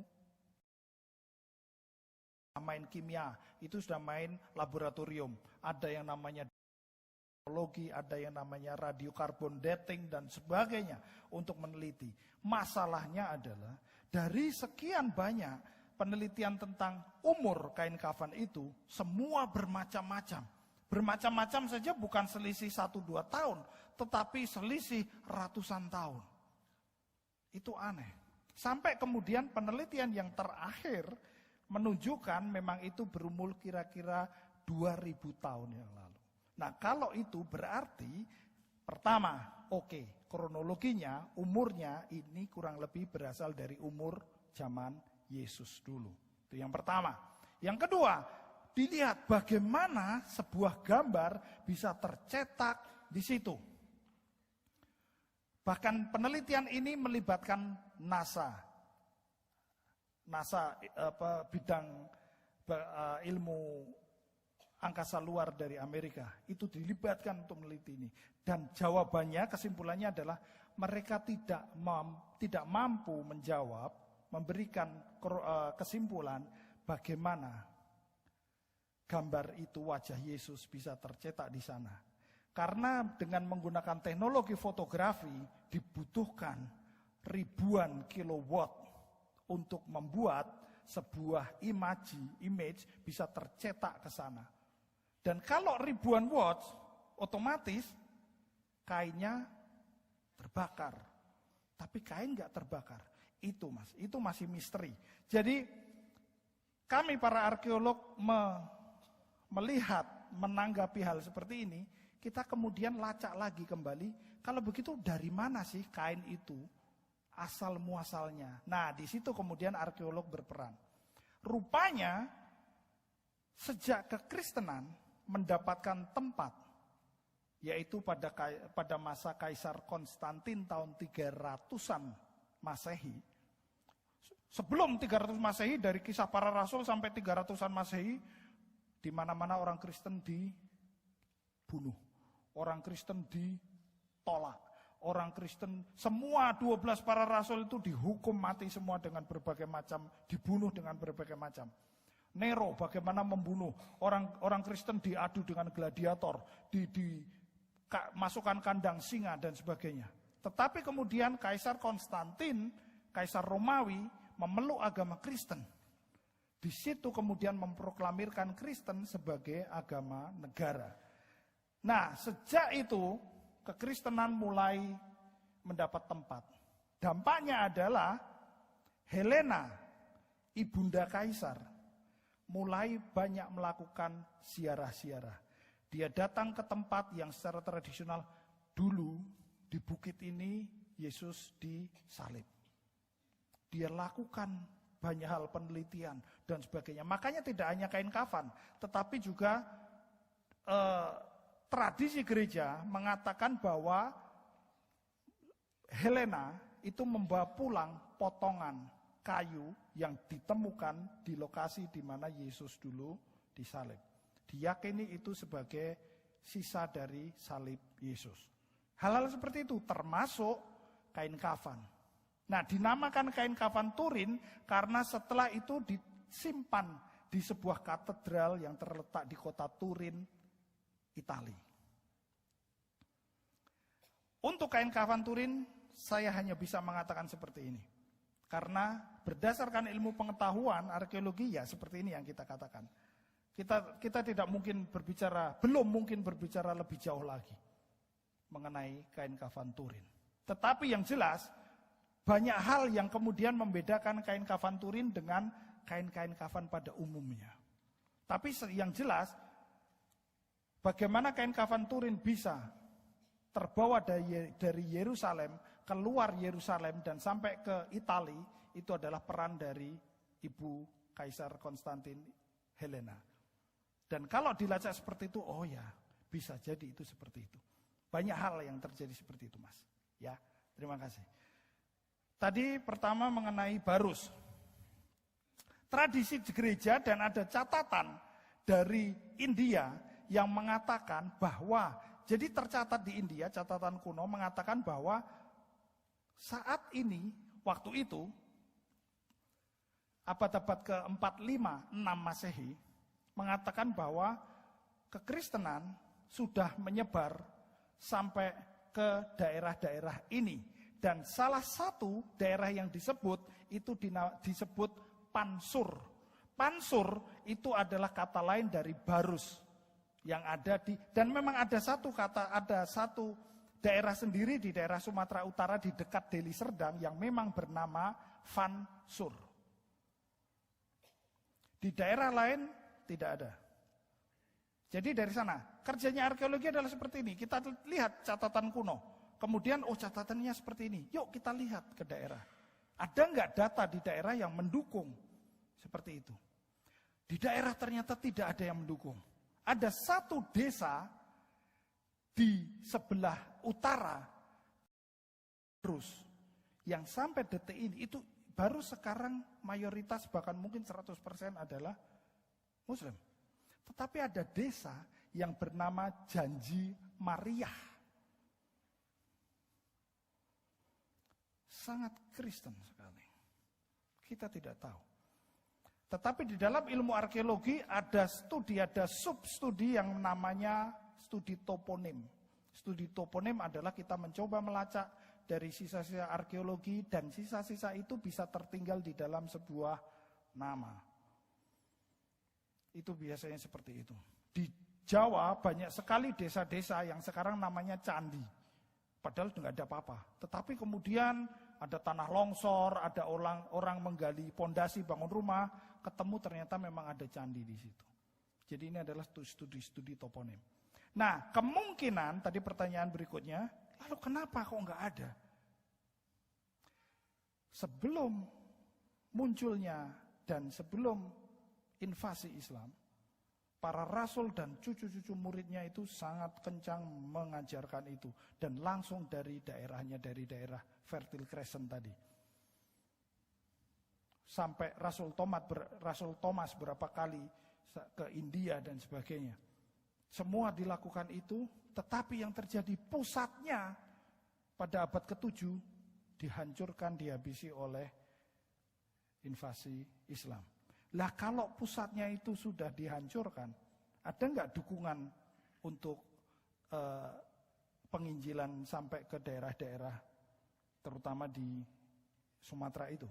Kalau yang di India itu sudah terbentuk, sudah matang. Tetapi yang daerah lebih jauh lagi seperti di Indonesia, pasti tidak terdukung, sehingga penginjilan tiba-tiba terhenti. Penginjilan tiba-tiba stop, nggak ada kelanjutannya. Itu yang terjadi. Saya sedang dan sangat ingin meneliti ini. Kalau bisa, saya akan lakukan penelitian, mungkin arkeologi, mungkin penelitian toponim. Kalau ini bisa dilacak dengan betul, ini akan menjadi modal kita yang luar biasa. Dasar pemahaman yang sangat luar biasa. Ya, Mas. Iya. Tadi Bapak menjelaskan bahwa dari India kemungkinan besar itu dia diserang oleh pasukan dari Muslim. Bukan. Yang di Timur Tengahnya. Iya. Nah ini kan ini Rasul yang tadi Bapak katakan, ini Rasul Thomas, ini penginjilan sampai India. Kalau Iya. misal dalam legenda, Iya. dalam tradisi. Iya. Nah pertanyaannya adalah, di India itu kan bukan hanya pasukan-pasukan saja yang dari Muslim saja, Iya. kan itu kan ada Hindu. Iya. Bagaimana keadaan waktu itu antara Hindu sampai pertemuan konfliknya bagaimana? Apakah itu tuh hanya dikuasai saja dalam satu wilayah yang dikuasai Muslim yang dari Timur Tengah, lalu masuk ke India, lalu dihancurkan akan itu, lalu penginjilan masuk ke Indonesia dalam konteks kota yang tadi Bapak sebut tuh, itu tidak ada lagi, itu bagaimana? Sedangkan di situ kan bukan hanya satu saja, tapi masih ada yang agama Hindu punya, itu bagaimana Bapak? Saat itu yang ada hanya dua agama. Agama Kristen yang baru masuk ke India dan Hindu yang sudah lebih dulu ada Hindu dan Buddha. Islam belum ada. Islam baru sampai ke India sekitar abad ke-9, ke-8-9. Sehingga di India saat itu pada saat kekristenan awal belum terjadi benturan antara Kristen dan Islam. Sekarang pun sangat jarang terjadi di India benturan antara Kristen dan Islam. Yang terjadi adalah benturan antara Kristen dan Hindu. Tapi pusat pertama penginjilan, betul Pak Adi, ada di sana pusatnya. Tetapi pusat penginjilan itu akhirnya tidak tersupport karena apa? Karena pusat terpangkas habis, dihancurkan oleh orang-orang Islam. Berarti Bapak di bagian yang pertanyaan saya yang di Barus itu, ini tadi Bapak menjelaskan dari pusat, berarti di Barus punya itu sebabnya tidak ada supply begitu. Dalam saya bisa bahasakan misionaris dalam datang ke Indonesia. Jadi tidak terawat lalu akhirnya hilang dan muncul kerajaan-kerajaan dari Hindu, Buddha dan sampai ke Islam dan baru Belanda, Portugis, Spanyol dan baru Belanda lagi. Begitu Pak Bapak? Itu kesimpulannya secara arkeologis. Kita sampaikan, oh berarti saat itu abad ke-7 kekristenan belum berkembang dengan solid, dengan kuat dan mapan di Barus. Tetapi bahwa sudah ada, itu tidak bisa dipungkiri. Sudah ada di sana.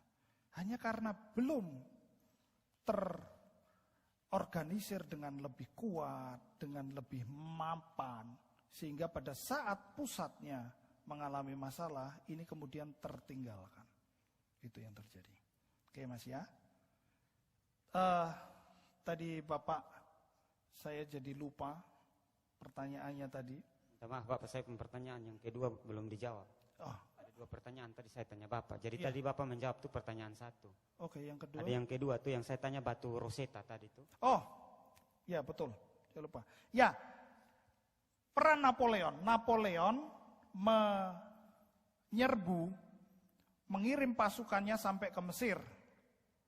Nah, luar biasanya Napoleon ini, kalau dia mengirim pasukan untuk menjajah suatu daerah, dia kirim juga ahli-ahli ilmu pengetahuan.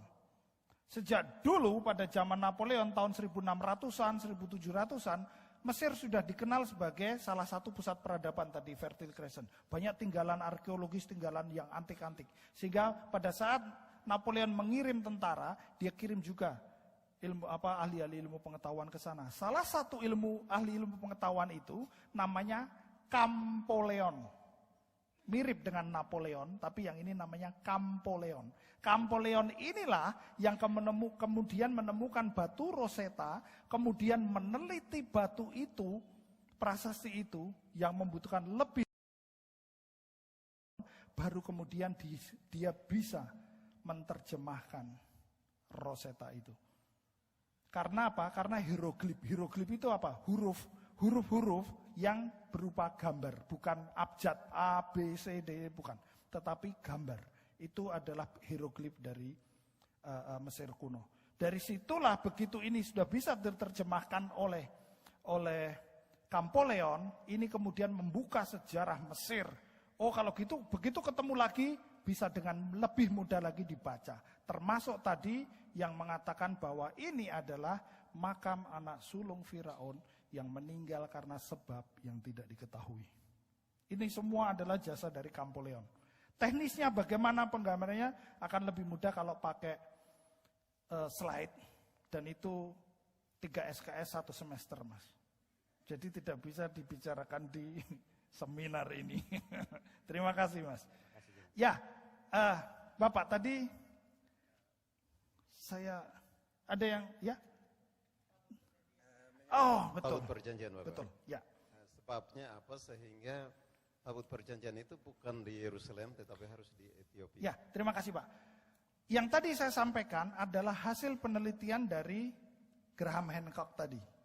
Saya ingin menunjukkan bagaimana arkeologi berperan di sini. Tetapi bukan berarti itu lalu 100% betul, Pak. Karena memang belum tahu, tetapi paling tidak banyak hal yang bisa kita lihat di situ. Kok banyak ya kemiripannya? Ternyata di India, di Mesir, di Afrika itu banyak juga orang Yahudi yang berkulit hitam. Yang pertama, mereka menjalankan tradisi-tradisi sesuai dengan hukum Taurat. Yang ketiga, satu lagi Pak. Bapak baca, Anda semua baca di Perjanjian Lama. Ditempatkan pada tempat yang bukan sebenarnya, yang terjadi adalah bencana. Malapetaka. Sejak pertama kali tabut perjanjian dibawa keluar dari Yerusalem, ditempatkan di bangsa ini, bangsa ini, bangsa ini, di beteng ini, di kota ini, di kota ini, selalu terjadi malapetaka di situ, kekeringan, kelaparan dan sebagainya. Sampai detik ini Ethiopia adalah negara paling miskin di dunia. Jumlah kelaparan, jumlah meninggal karena penyakit, Ethiopia nomor 1. Kok sesuai Pak dengan apa yang tertulis di Alkitab? Loh, Ethiopia loh, bencana kelaparan dan sebagainya, itu sangat mengerikan. Dan makanya saya terpikir untuk menyampaikan ini bukan lalu menunjukkan bahwa, oh ya, tabut perjanjian ada di sana, bukan Pak. Tetapi begini cara arkeolog, kemudian begini ilmu arkeologi mencoba meneliti, dan kita lihat mulai muncul kesamaan-kesamaan seperti yang dikatakan di Alkitab. Itu Pak. Terima kasih. Saya punya pertanyaan. Pertama, tadi Bapak singgung tentang Rasul Thomas yang memberitakan Injil di India. Ya. Saya pernah ikut kuliah dengan salah seorang dosen, Fred Yarawelem, dan dia berkata bahwa itu tidak pasti. Juga Aneruk dalam buku Sejarah Gereja Asia itu juga dia bilang itu tidak pasti. Memang di India itu ada sebuah gereja namanya Martoma. Apakah secara arkeologi bisa membuktikan bahwa memang Rasul Thomas pernah memberitakan Injil di sana? Itu yang pertama. Kedua, bagaimana tanggapan Bapak? Ada orang yang mengatakan bahwa kayu cendana itu pernah dipakai untuk membangun Bait Allah kalau tidak salah, dan itu dikatakan berasal dari Indonesia, bahkan dari Timur. Terima kasih. Baik, terima kasih. Saya akan jawab dulu dari ilmu arkeologi. Tadi sudah saya sampaikan ilmu arkeologi adalah meneliti. Meneliti dari apa? Dari benda-benda purbakalanya yang dianggap purbakala. Dari situ akan coba diteliti. untuk menjawab pertanyaan-pertanyaan yang muncul, terutama yang berkaitan dengan Alkitab. Bahwa ada yang menolak kemungkinan Rasul Thomas sampai ke India. Atau bahkan mungkin mengatakan bahwa itu belum terbukti. Dari ilmu arkeologi justru kebalikannya. Adanya gereja-gereja yang dari studi toponim masih terkait dengan Thomas, itu justru menunjukkan berarti penginjilan di sana itu sangat terkait dengan Thomas. Kenapa gerejanya tidak Petrus? Kenapa gerejanya tidak Andreas? Kenapa gerejanya tidak ada nama lain? Justru di situ titik awal bagi arkeolog untuk meneliti. Ini pasti ada kaitannya. Kemudian bagaimana menelitinya? Sudah pasti harus dengan penelitian, penggalian, kemudian melacak dengan sumber-sumber yang lain. Salah satu sumber adalah tradisi gereja. Kalau tradisi gereja jelas mengatakan bagaimana Rasul Thomas berkarya kemana, Petrus kemana, ini kemana, itu kemana, dan seterusnya. Nah dari situ berusaha kemudian kita cari benang merahnya, Pak. Masalahnya adalah muncul. Kebenaran 100% tidak akan pernah bisa ditemui kecuali ada prasastinya. Tertulis. Misalnya, gereja ini didirikan oleh Rasul Thomas pada tahun sekian-sekian. Nah, kalau sudah itu berarti betul. Nah, banyak hal tidak. Sehingga kita tidak tahu. Lalu arkeolog mencoba melacak dari mana? Dari sumber-sumber lain. Itu seperti itu. Arkeolog ada sebagian yang mengatakan, oke, ini kemungkinan seperti itu. Seperti contohnya tadi, tabut perjanjian, Pak. Bagi arkeolog sendiri atau teolog, enggak terbukti, nyatanya enggak ada yang lihat kok di dalam ada itu. Jangan-jangan di dalam bukan tabut perjanjian, tapi cuman periuk nasi, bisa aja kan. Cuman periuk tanah isi air, bisa kan. Kita enggak tahu. Tetapi paling tidak dari penelitian tadi, dapat terlacak, ke sana. Dan penelitian Graham Hancock hilang di daerah Ethiopia. Enggak ketemu lagi. Sampai kemudian ketemu ada gereja tadi yang namanya itu. Demikian juga dengan perihal Santo Thomas kemana. Demikian juga Pak, kalau dilacak, benar enggak di Barus? Di Barus sampai saat ini belum pernah dilakukan penelitian arkeologis yang mendalam. Yang kemudian bisa untuk menguatkan data itu. Nah, arkeolog lalu bagaimana? Ini berangkat dari sumber tertulis. Ada tradisi gereja mengatakan ini.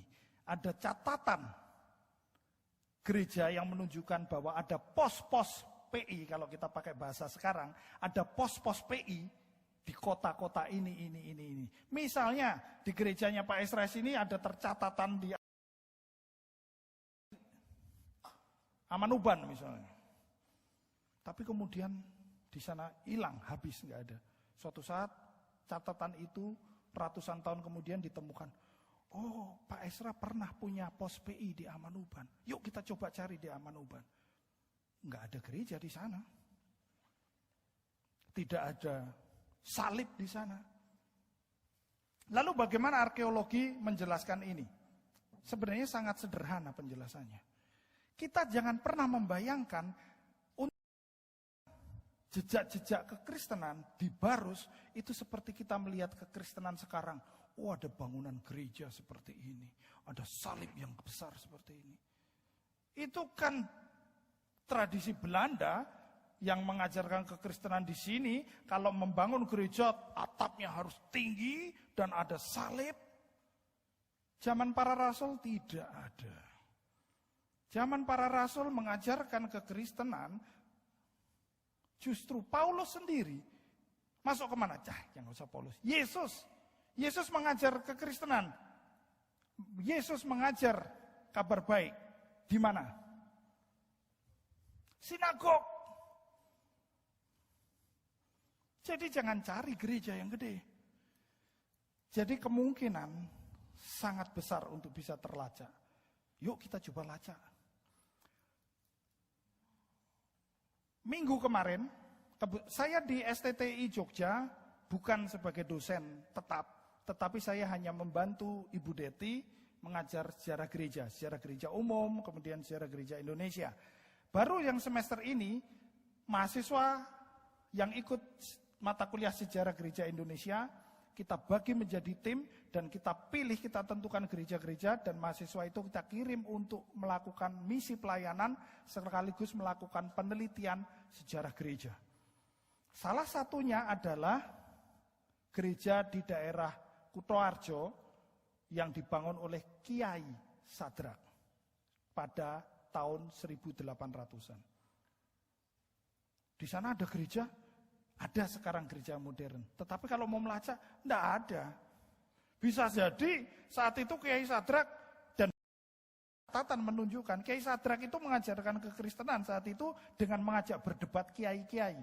Di mana? Ya di masjid, di langgar, di musola. Itu yang terjadi.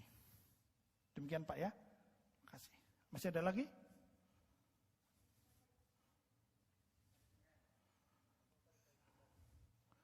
Ada 2 lagi, silahkan. Ya. Oh, betul, kayu cendana. Ya, betul. Nah, masalahnya Pak, secara arkeologis tidak ada buktinya Pak. Kita repot dari ilmu arkeologi mau membuktikan. Lah wong kuil Salomonya saja sekarang nggak ketemu. Ada di mana? Dan ini sudah sangat terkait erat dengan politik. Saat ini secara politis, orang-orang Islam, orang-orang Arab Palestina sedang mengklaim bahwa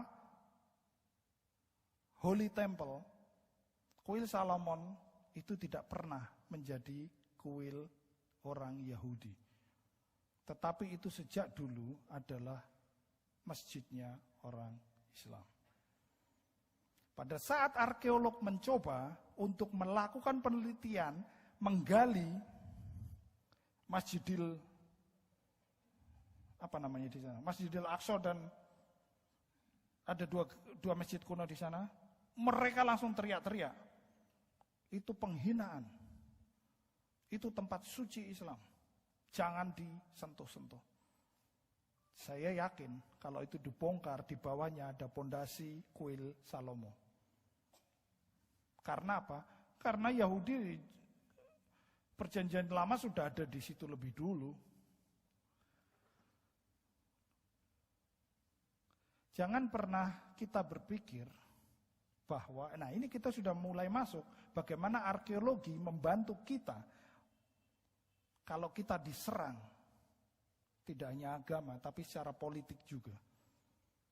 Jangan pernah berpikir kalau Palestina, nama Palestina itu muncul dari Filistin, kaum Filistin. Enggak, itu beda sekali. Kata Palestina itu adalah kata pemberian bangsa Inggris yang menjajah. Dulu daerah dataran tinggi Golan yang mau diperebutkan untuk jadi negara Palestina, itu adalah jajahan Yordania. Dan yang ada di sana sekarang kebanyakan adalah orang-orang Arab Palestina yang sekarang ini, yang dulu hasil dari orang Arab menyerbu daerah Timur Tengah. Itu daerahnya bangsa-bangsa Moab, bangsa Hitit, bangsa Dan, beberapa bangsa lain yang semua adalah keturunannya Sem, keturunannya anak-anaknya Noah. Kemudian banyak menempati daerah itu. Dan kemudian bangsa Israel yang keturunannya dari Yusuf yang dipilih oleh Tuhan untuk menduduki dan mengelola tanah Kanaan. Itu yang terjadi dan itu sejarah yang faktual, sejarah yang benar.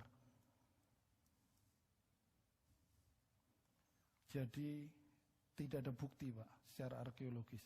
Kalau ketemu, melacaknya begini Pak, ada nggak catatan?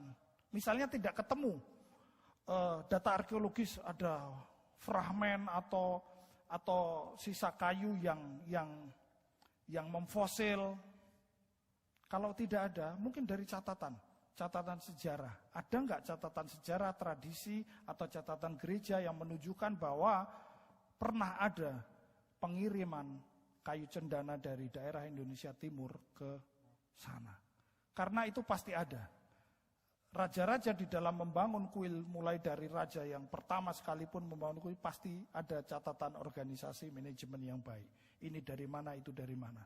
Pasti ada. Nah, tapi kita bisa lacak dari situ. Kalau ada ya luar biasa. Lalu yang kedua, kita lacak lagi. Dari daerah Timur Tengah tadi sampai ke daerah di sekitarnya. Di mana daerah yang terdekat yang menjadi penghasil kayu cendana terbaik. Itu betul, Pak. Kenapa? Daerah utara itu sudah daerah subtropis, tidak akan mampu secara lingkungan itu daerahnya menghasilkan kayu cendana. Kayu cendana yang terbaik hanya tumbuh di daerah tropis yang kering. Kenapa di Sumatera, di Kalimantan tidak tumbuh kayu cendana sebaik yang di NTT? Karena soilnya, karena tanahnya berbeda. Tanah yang kering itu menumbuhkan kayu cendana yang terbaik. Sumatera lembab sekali, Kalimantan lembab sekali. Sama-sama di daerah tropis, tapi tidak semua menghasilkan yang terbaik. Nah, dari situ mungkin bisa dilacak, Pak. Kalau saya ngomong di sini nanti pulang-pulang saya jadi dokter, Pak. Jadi lebih baik jangan, Pak. Artinya begini, ini jadi penelitian yang luar biasa bagi teman-teman yang dari STT. Banyak sekali bahan-bahan yang kita bisa angkat ini. Jadi ya jangan ambil ayat ini dieksegesa terus jangan. Kenapa? Belum tentu hasil eksegesa itu kemudian 100% berguna, selalu berguna. Banyak juga jemaat yang membutuhkan hal-hal lain di luar itu. Terima kasih. Sudah cukup? Silakan.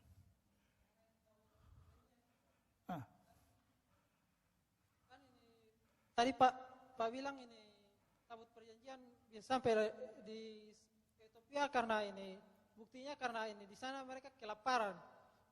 Apa itu bukan hanya ini dugaan saja, tapi itu kan ini dugaan Bapak saja kan karena mereka kelaparan.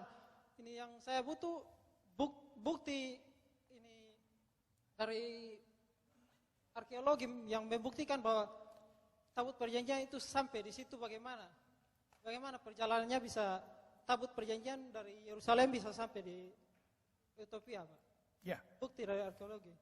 Terima kasih. Bukti arkeologi memang saya tidak jelaskan secara detail di situ tadi, tetapi Graham Hancock mengatakan dengan jelas karena semua berangkat dari Alkitab. Coba dilacak saja dari Alkitab itu dikatakan tabut perjanjian dibawa ke daerah A. Lalu Graham Hancock meneliti di daerah A itu. Termasuk di salah satu pulau kecil di tengah Sungai Nil yang namanya Pulau Elefantin.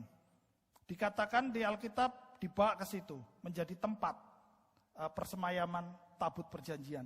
Dan di situ ada sebuah kuil kuno, ada sebuah sinagog kuno, satu-satunya sinagog yang saat ini masih ada di wilayah Islam Mesir. Tapi sudah tidak dihuni lagi, ya. Dan di situ, di tengah sinagog itu masih ditemukan, ini arkeologi ya Pak ya, masih ditemukan seperti pondasi. Nah, Graham Hancock tadi mencoba meneliti pondasinya ini kira-kira untuk apa.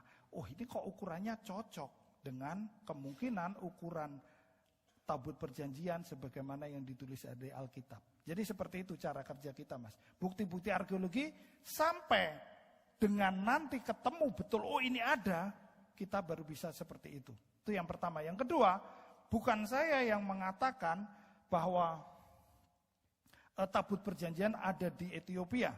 Tetapi saya menceritakan bagaimana jalan penelitian si Graham Hancock. Dan Graham Hancock percaya dan mengatakan dan menyimpulkan bahwa dari hasil penelitiannya kemungkinan besar tabut perjanjian ada di Ethiopia. Yang ketiga, betul itu dugaan saya. Sewaktu saya membaca penelitiannya dan bukunya Graham Hancock, saya mencoba lagi meneliti lebih dalam lagi. Kenapa Graham Hancock mempunyai kesimpulan seperti itu. Kira-kira seperti apa? Lalu saya menduga, atau tadi sudah saya jelaskan, jangan-jangan kok kebetulan ya, benar ya. Saya nggak tahu apakah ini kebetulan atau tidak. Tapi dari baca apa yang kita baca di Alkitab, di mana tabut perjanjian itu ditempatkan di suatu tempat yang bukan tempatnya, selalu malapetaka. Apakah kemudian kekeringan yang ada di Ethiopia dan sebagainya itu juga malapetaka sebagaimana yang dicatat di dalam Alkitab? Itu Mas. Karena saya bicara dalam ranah ilmu arkeologi, saya hanya bisa mengatakan sampai di situ. Sampai kemudian nanti arkeologi menemukan lagi bukti-bukti yang lain. Tapi bagi saya itu sudah cukup untuk menjelaskan. Ada kok, yuk kita cari. Ada kok ini, ada kok itu, dan seterusnya. Tidak hanya masalah tabut perjanjian, tetapi hal yang lain. Ini yang mesti saya sampaikan. Dan itu akan bukan sedikit banyak, tetapi sangat banyak membantu kita. Terutama tadi yang poin kedua, membantu kita di dalam memberitakan kebenaran Injil, di dalam menjawab pertanyaan-pertanyaan yang tadi ada. Silakan. Makasih Mas. Pak, saya minta informasi. Silakan Pak. Apa pendapat Bapak soal yang ramai juga di internet dipublikasikan soal arkeolog Ron Wyatt ya yang menemukan tabut perjanjian di Golgota. Itu bagaimana menurut Bapak? Itu hoax, Pak. Itu hoax. Pertama, yang namanya Pak Jonathan, Rektor STT Surabaya, baru 3 hari yang lalu kontak saya pakai, saya lupa, pakai messenger. Pak, bagaimana Ron Wyatt? Karena ini sangat gencar di internet, Ron Wyatt menemukan tabut perjanjian, Ron Wyatt begini begitu. Saya jelaskan, yang namanya Ron Wyatt tidak pernah, nanti Anda juga lihat, Anda googling, Anda ketik Ron Wyatt. Itu keluar semua, dan kalau Anda tidak hati-hati, terpesona. Mending terpesona dengan saya daripada terpesona dengan Ron Wyatt. Ron Wyatt tidak pernah mendapatkan pendidikan ilmu arkeologi, Pak. Tidak mudah ilmu arkeologi untuk mengklaim sesuatu. Contohnya tadi mengenai pertanyaan Barus, mengenai pertanyaan tabut perjanjian. Kita tidak dengan mudahnya mengklaim seperti itu, Pak. Contoh yang paling simpel, untuk membuat foto, kita lihat Ron Wyatt memuat banyak foto, itu ada tabut perjanjian dan sebagainya. Tidak mudah.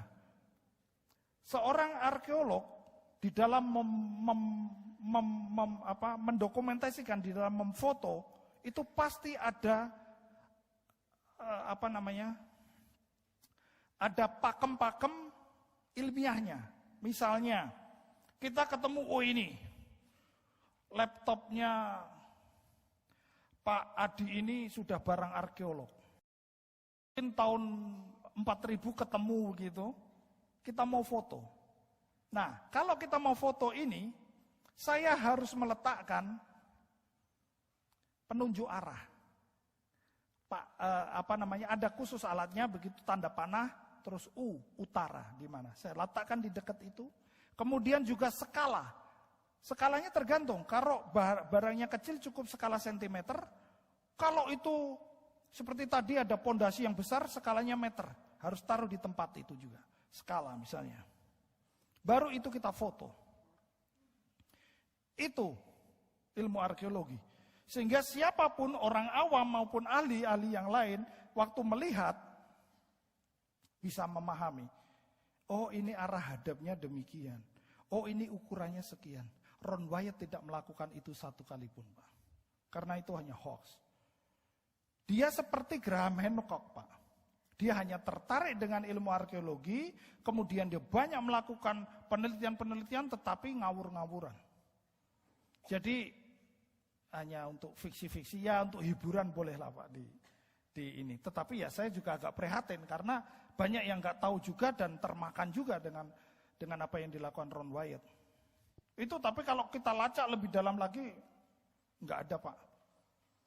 Ya, memang saya pernah pelajari soal tradisi yang mengatakan bahwa tabut perjanjian ini sampai ke Ethiopia. Jadi itu memang bergabung dengan tradisi bahwa Salomo itu akhirnya menikah sama Ratu Sheba.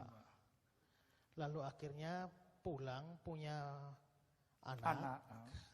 Lalu dianggap sebagai putra mahkota. Akhirnya si anak ini yang pada akhirnya ke Yerusalem. Dia mengganti ke Yerusalem, dia mengganti dengan yang palsu dan dia membawa aslinya ke Ethiopia. Nah, makanya lalu muncul tradisi bahwa itu ke Ethiopia. Lalu sekarang muncul lagi yang bilang ditemukan di Golgota lagi. Nah, hanya memang ini kan spekulasi-spekulasi, Pak. Betul, betul. Bagi saya pernah melihat itu mungkin lebih aman ya untuk melihat bahwa dalam sejarah Israel kan tabut perjanjian, bait Allah itu kan hancur pada zaman penyerangan Babel. Betul. Lalu diangkut, sekalipun tidak eksplisit dikatakan bahwa mereka membawa tabut perjanjian, tapi dengan habisnya bait Allah seluruhnya, maka kemungkinan besar tabut perjanjian ke sana. Kalau memang tabut perjanjian ini ke Ethiopia, itu berarti bahwa ini masa perjanjian lama. Itu berarti bahwa sepanjang bait Allah kedua, seterusnya itu, maka berarti yang tabut perjanjian pada bait Allah zamannya Yesus itu duplikat dan itu tidak asli. Nah, apakah memungkinkan seperti itu bahwa kita menganggap itu tidak asli? Atau memang itu kalau memang seperti juga baru ditemukan tahun sekian di Golgota, artinya juga bahwa pada kehancuran tahun 70 Yerusalem itu bagaimana itu sudah ada di bawah, padahal Yesus mati dan katanya darahnya menetes ke situ, berarti itu sudah di situ sebelum tahun 70. Artinya bait Allah Yahudi sampai tahun 70 tidak pernah mempunyai tabut perjanjian yang asli. Nah, itu jadi persoalan.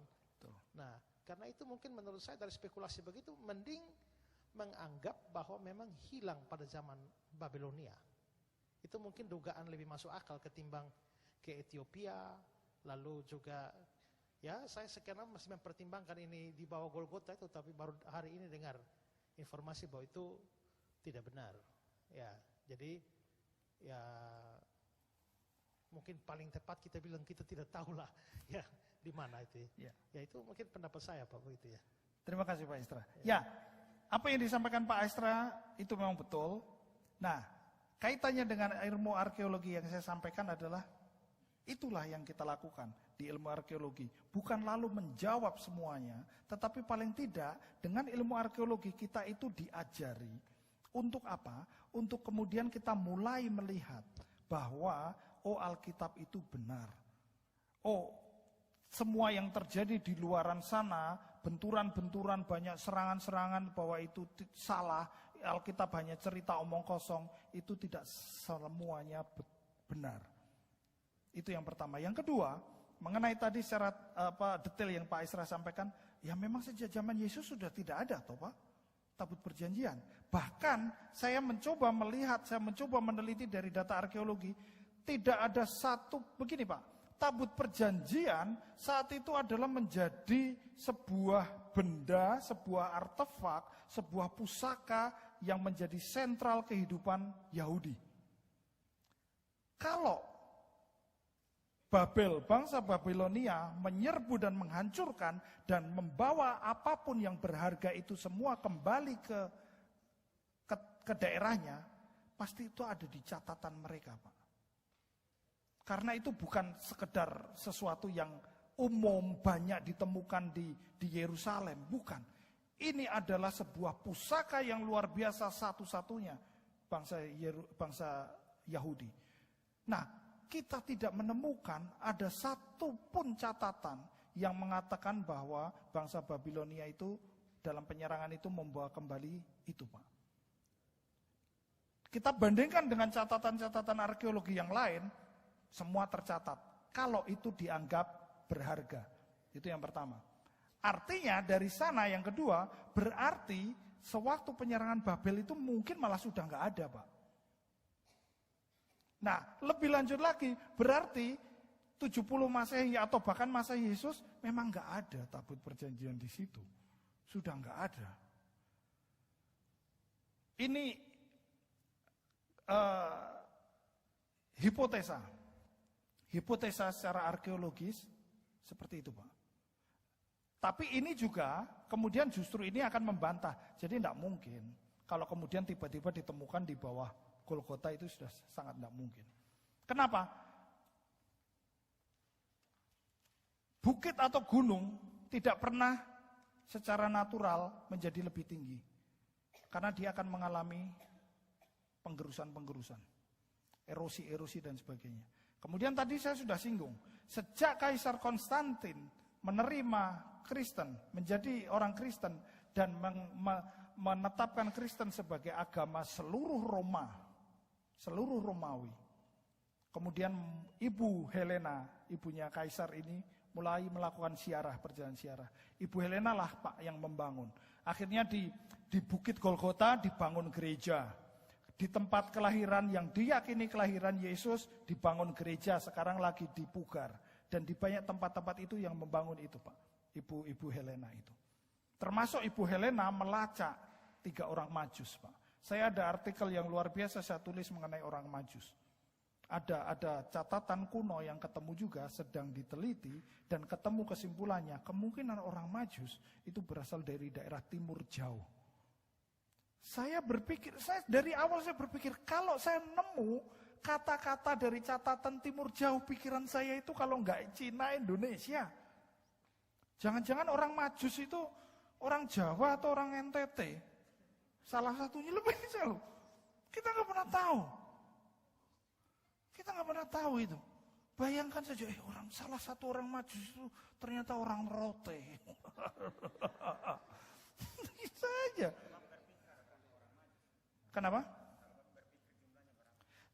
Saya sebagai arkeolog, saya hanya lihat dari catatan. Catatan 3 orang.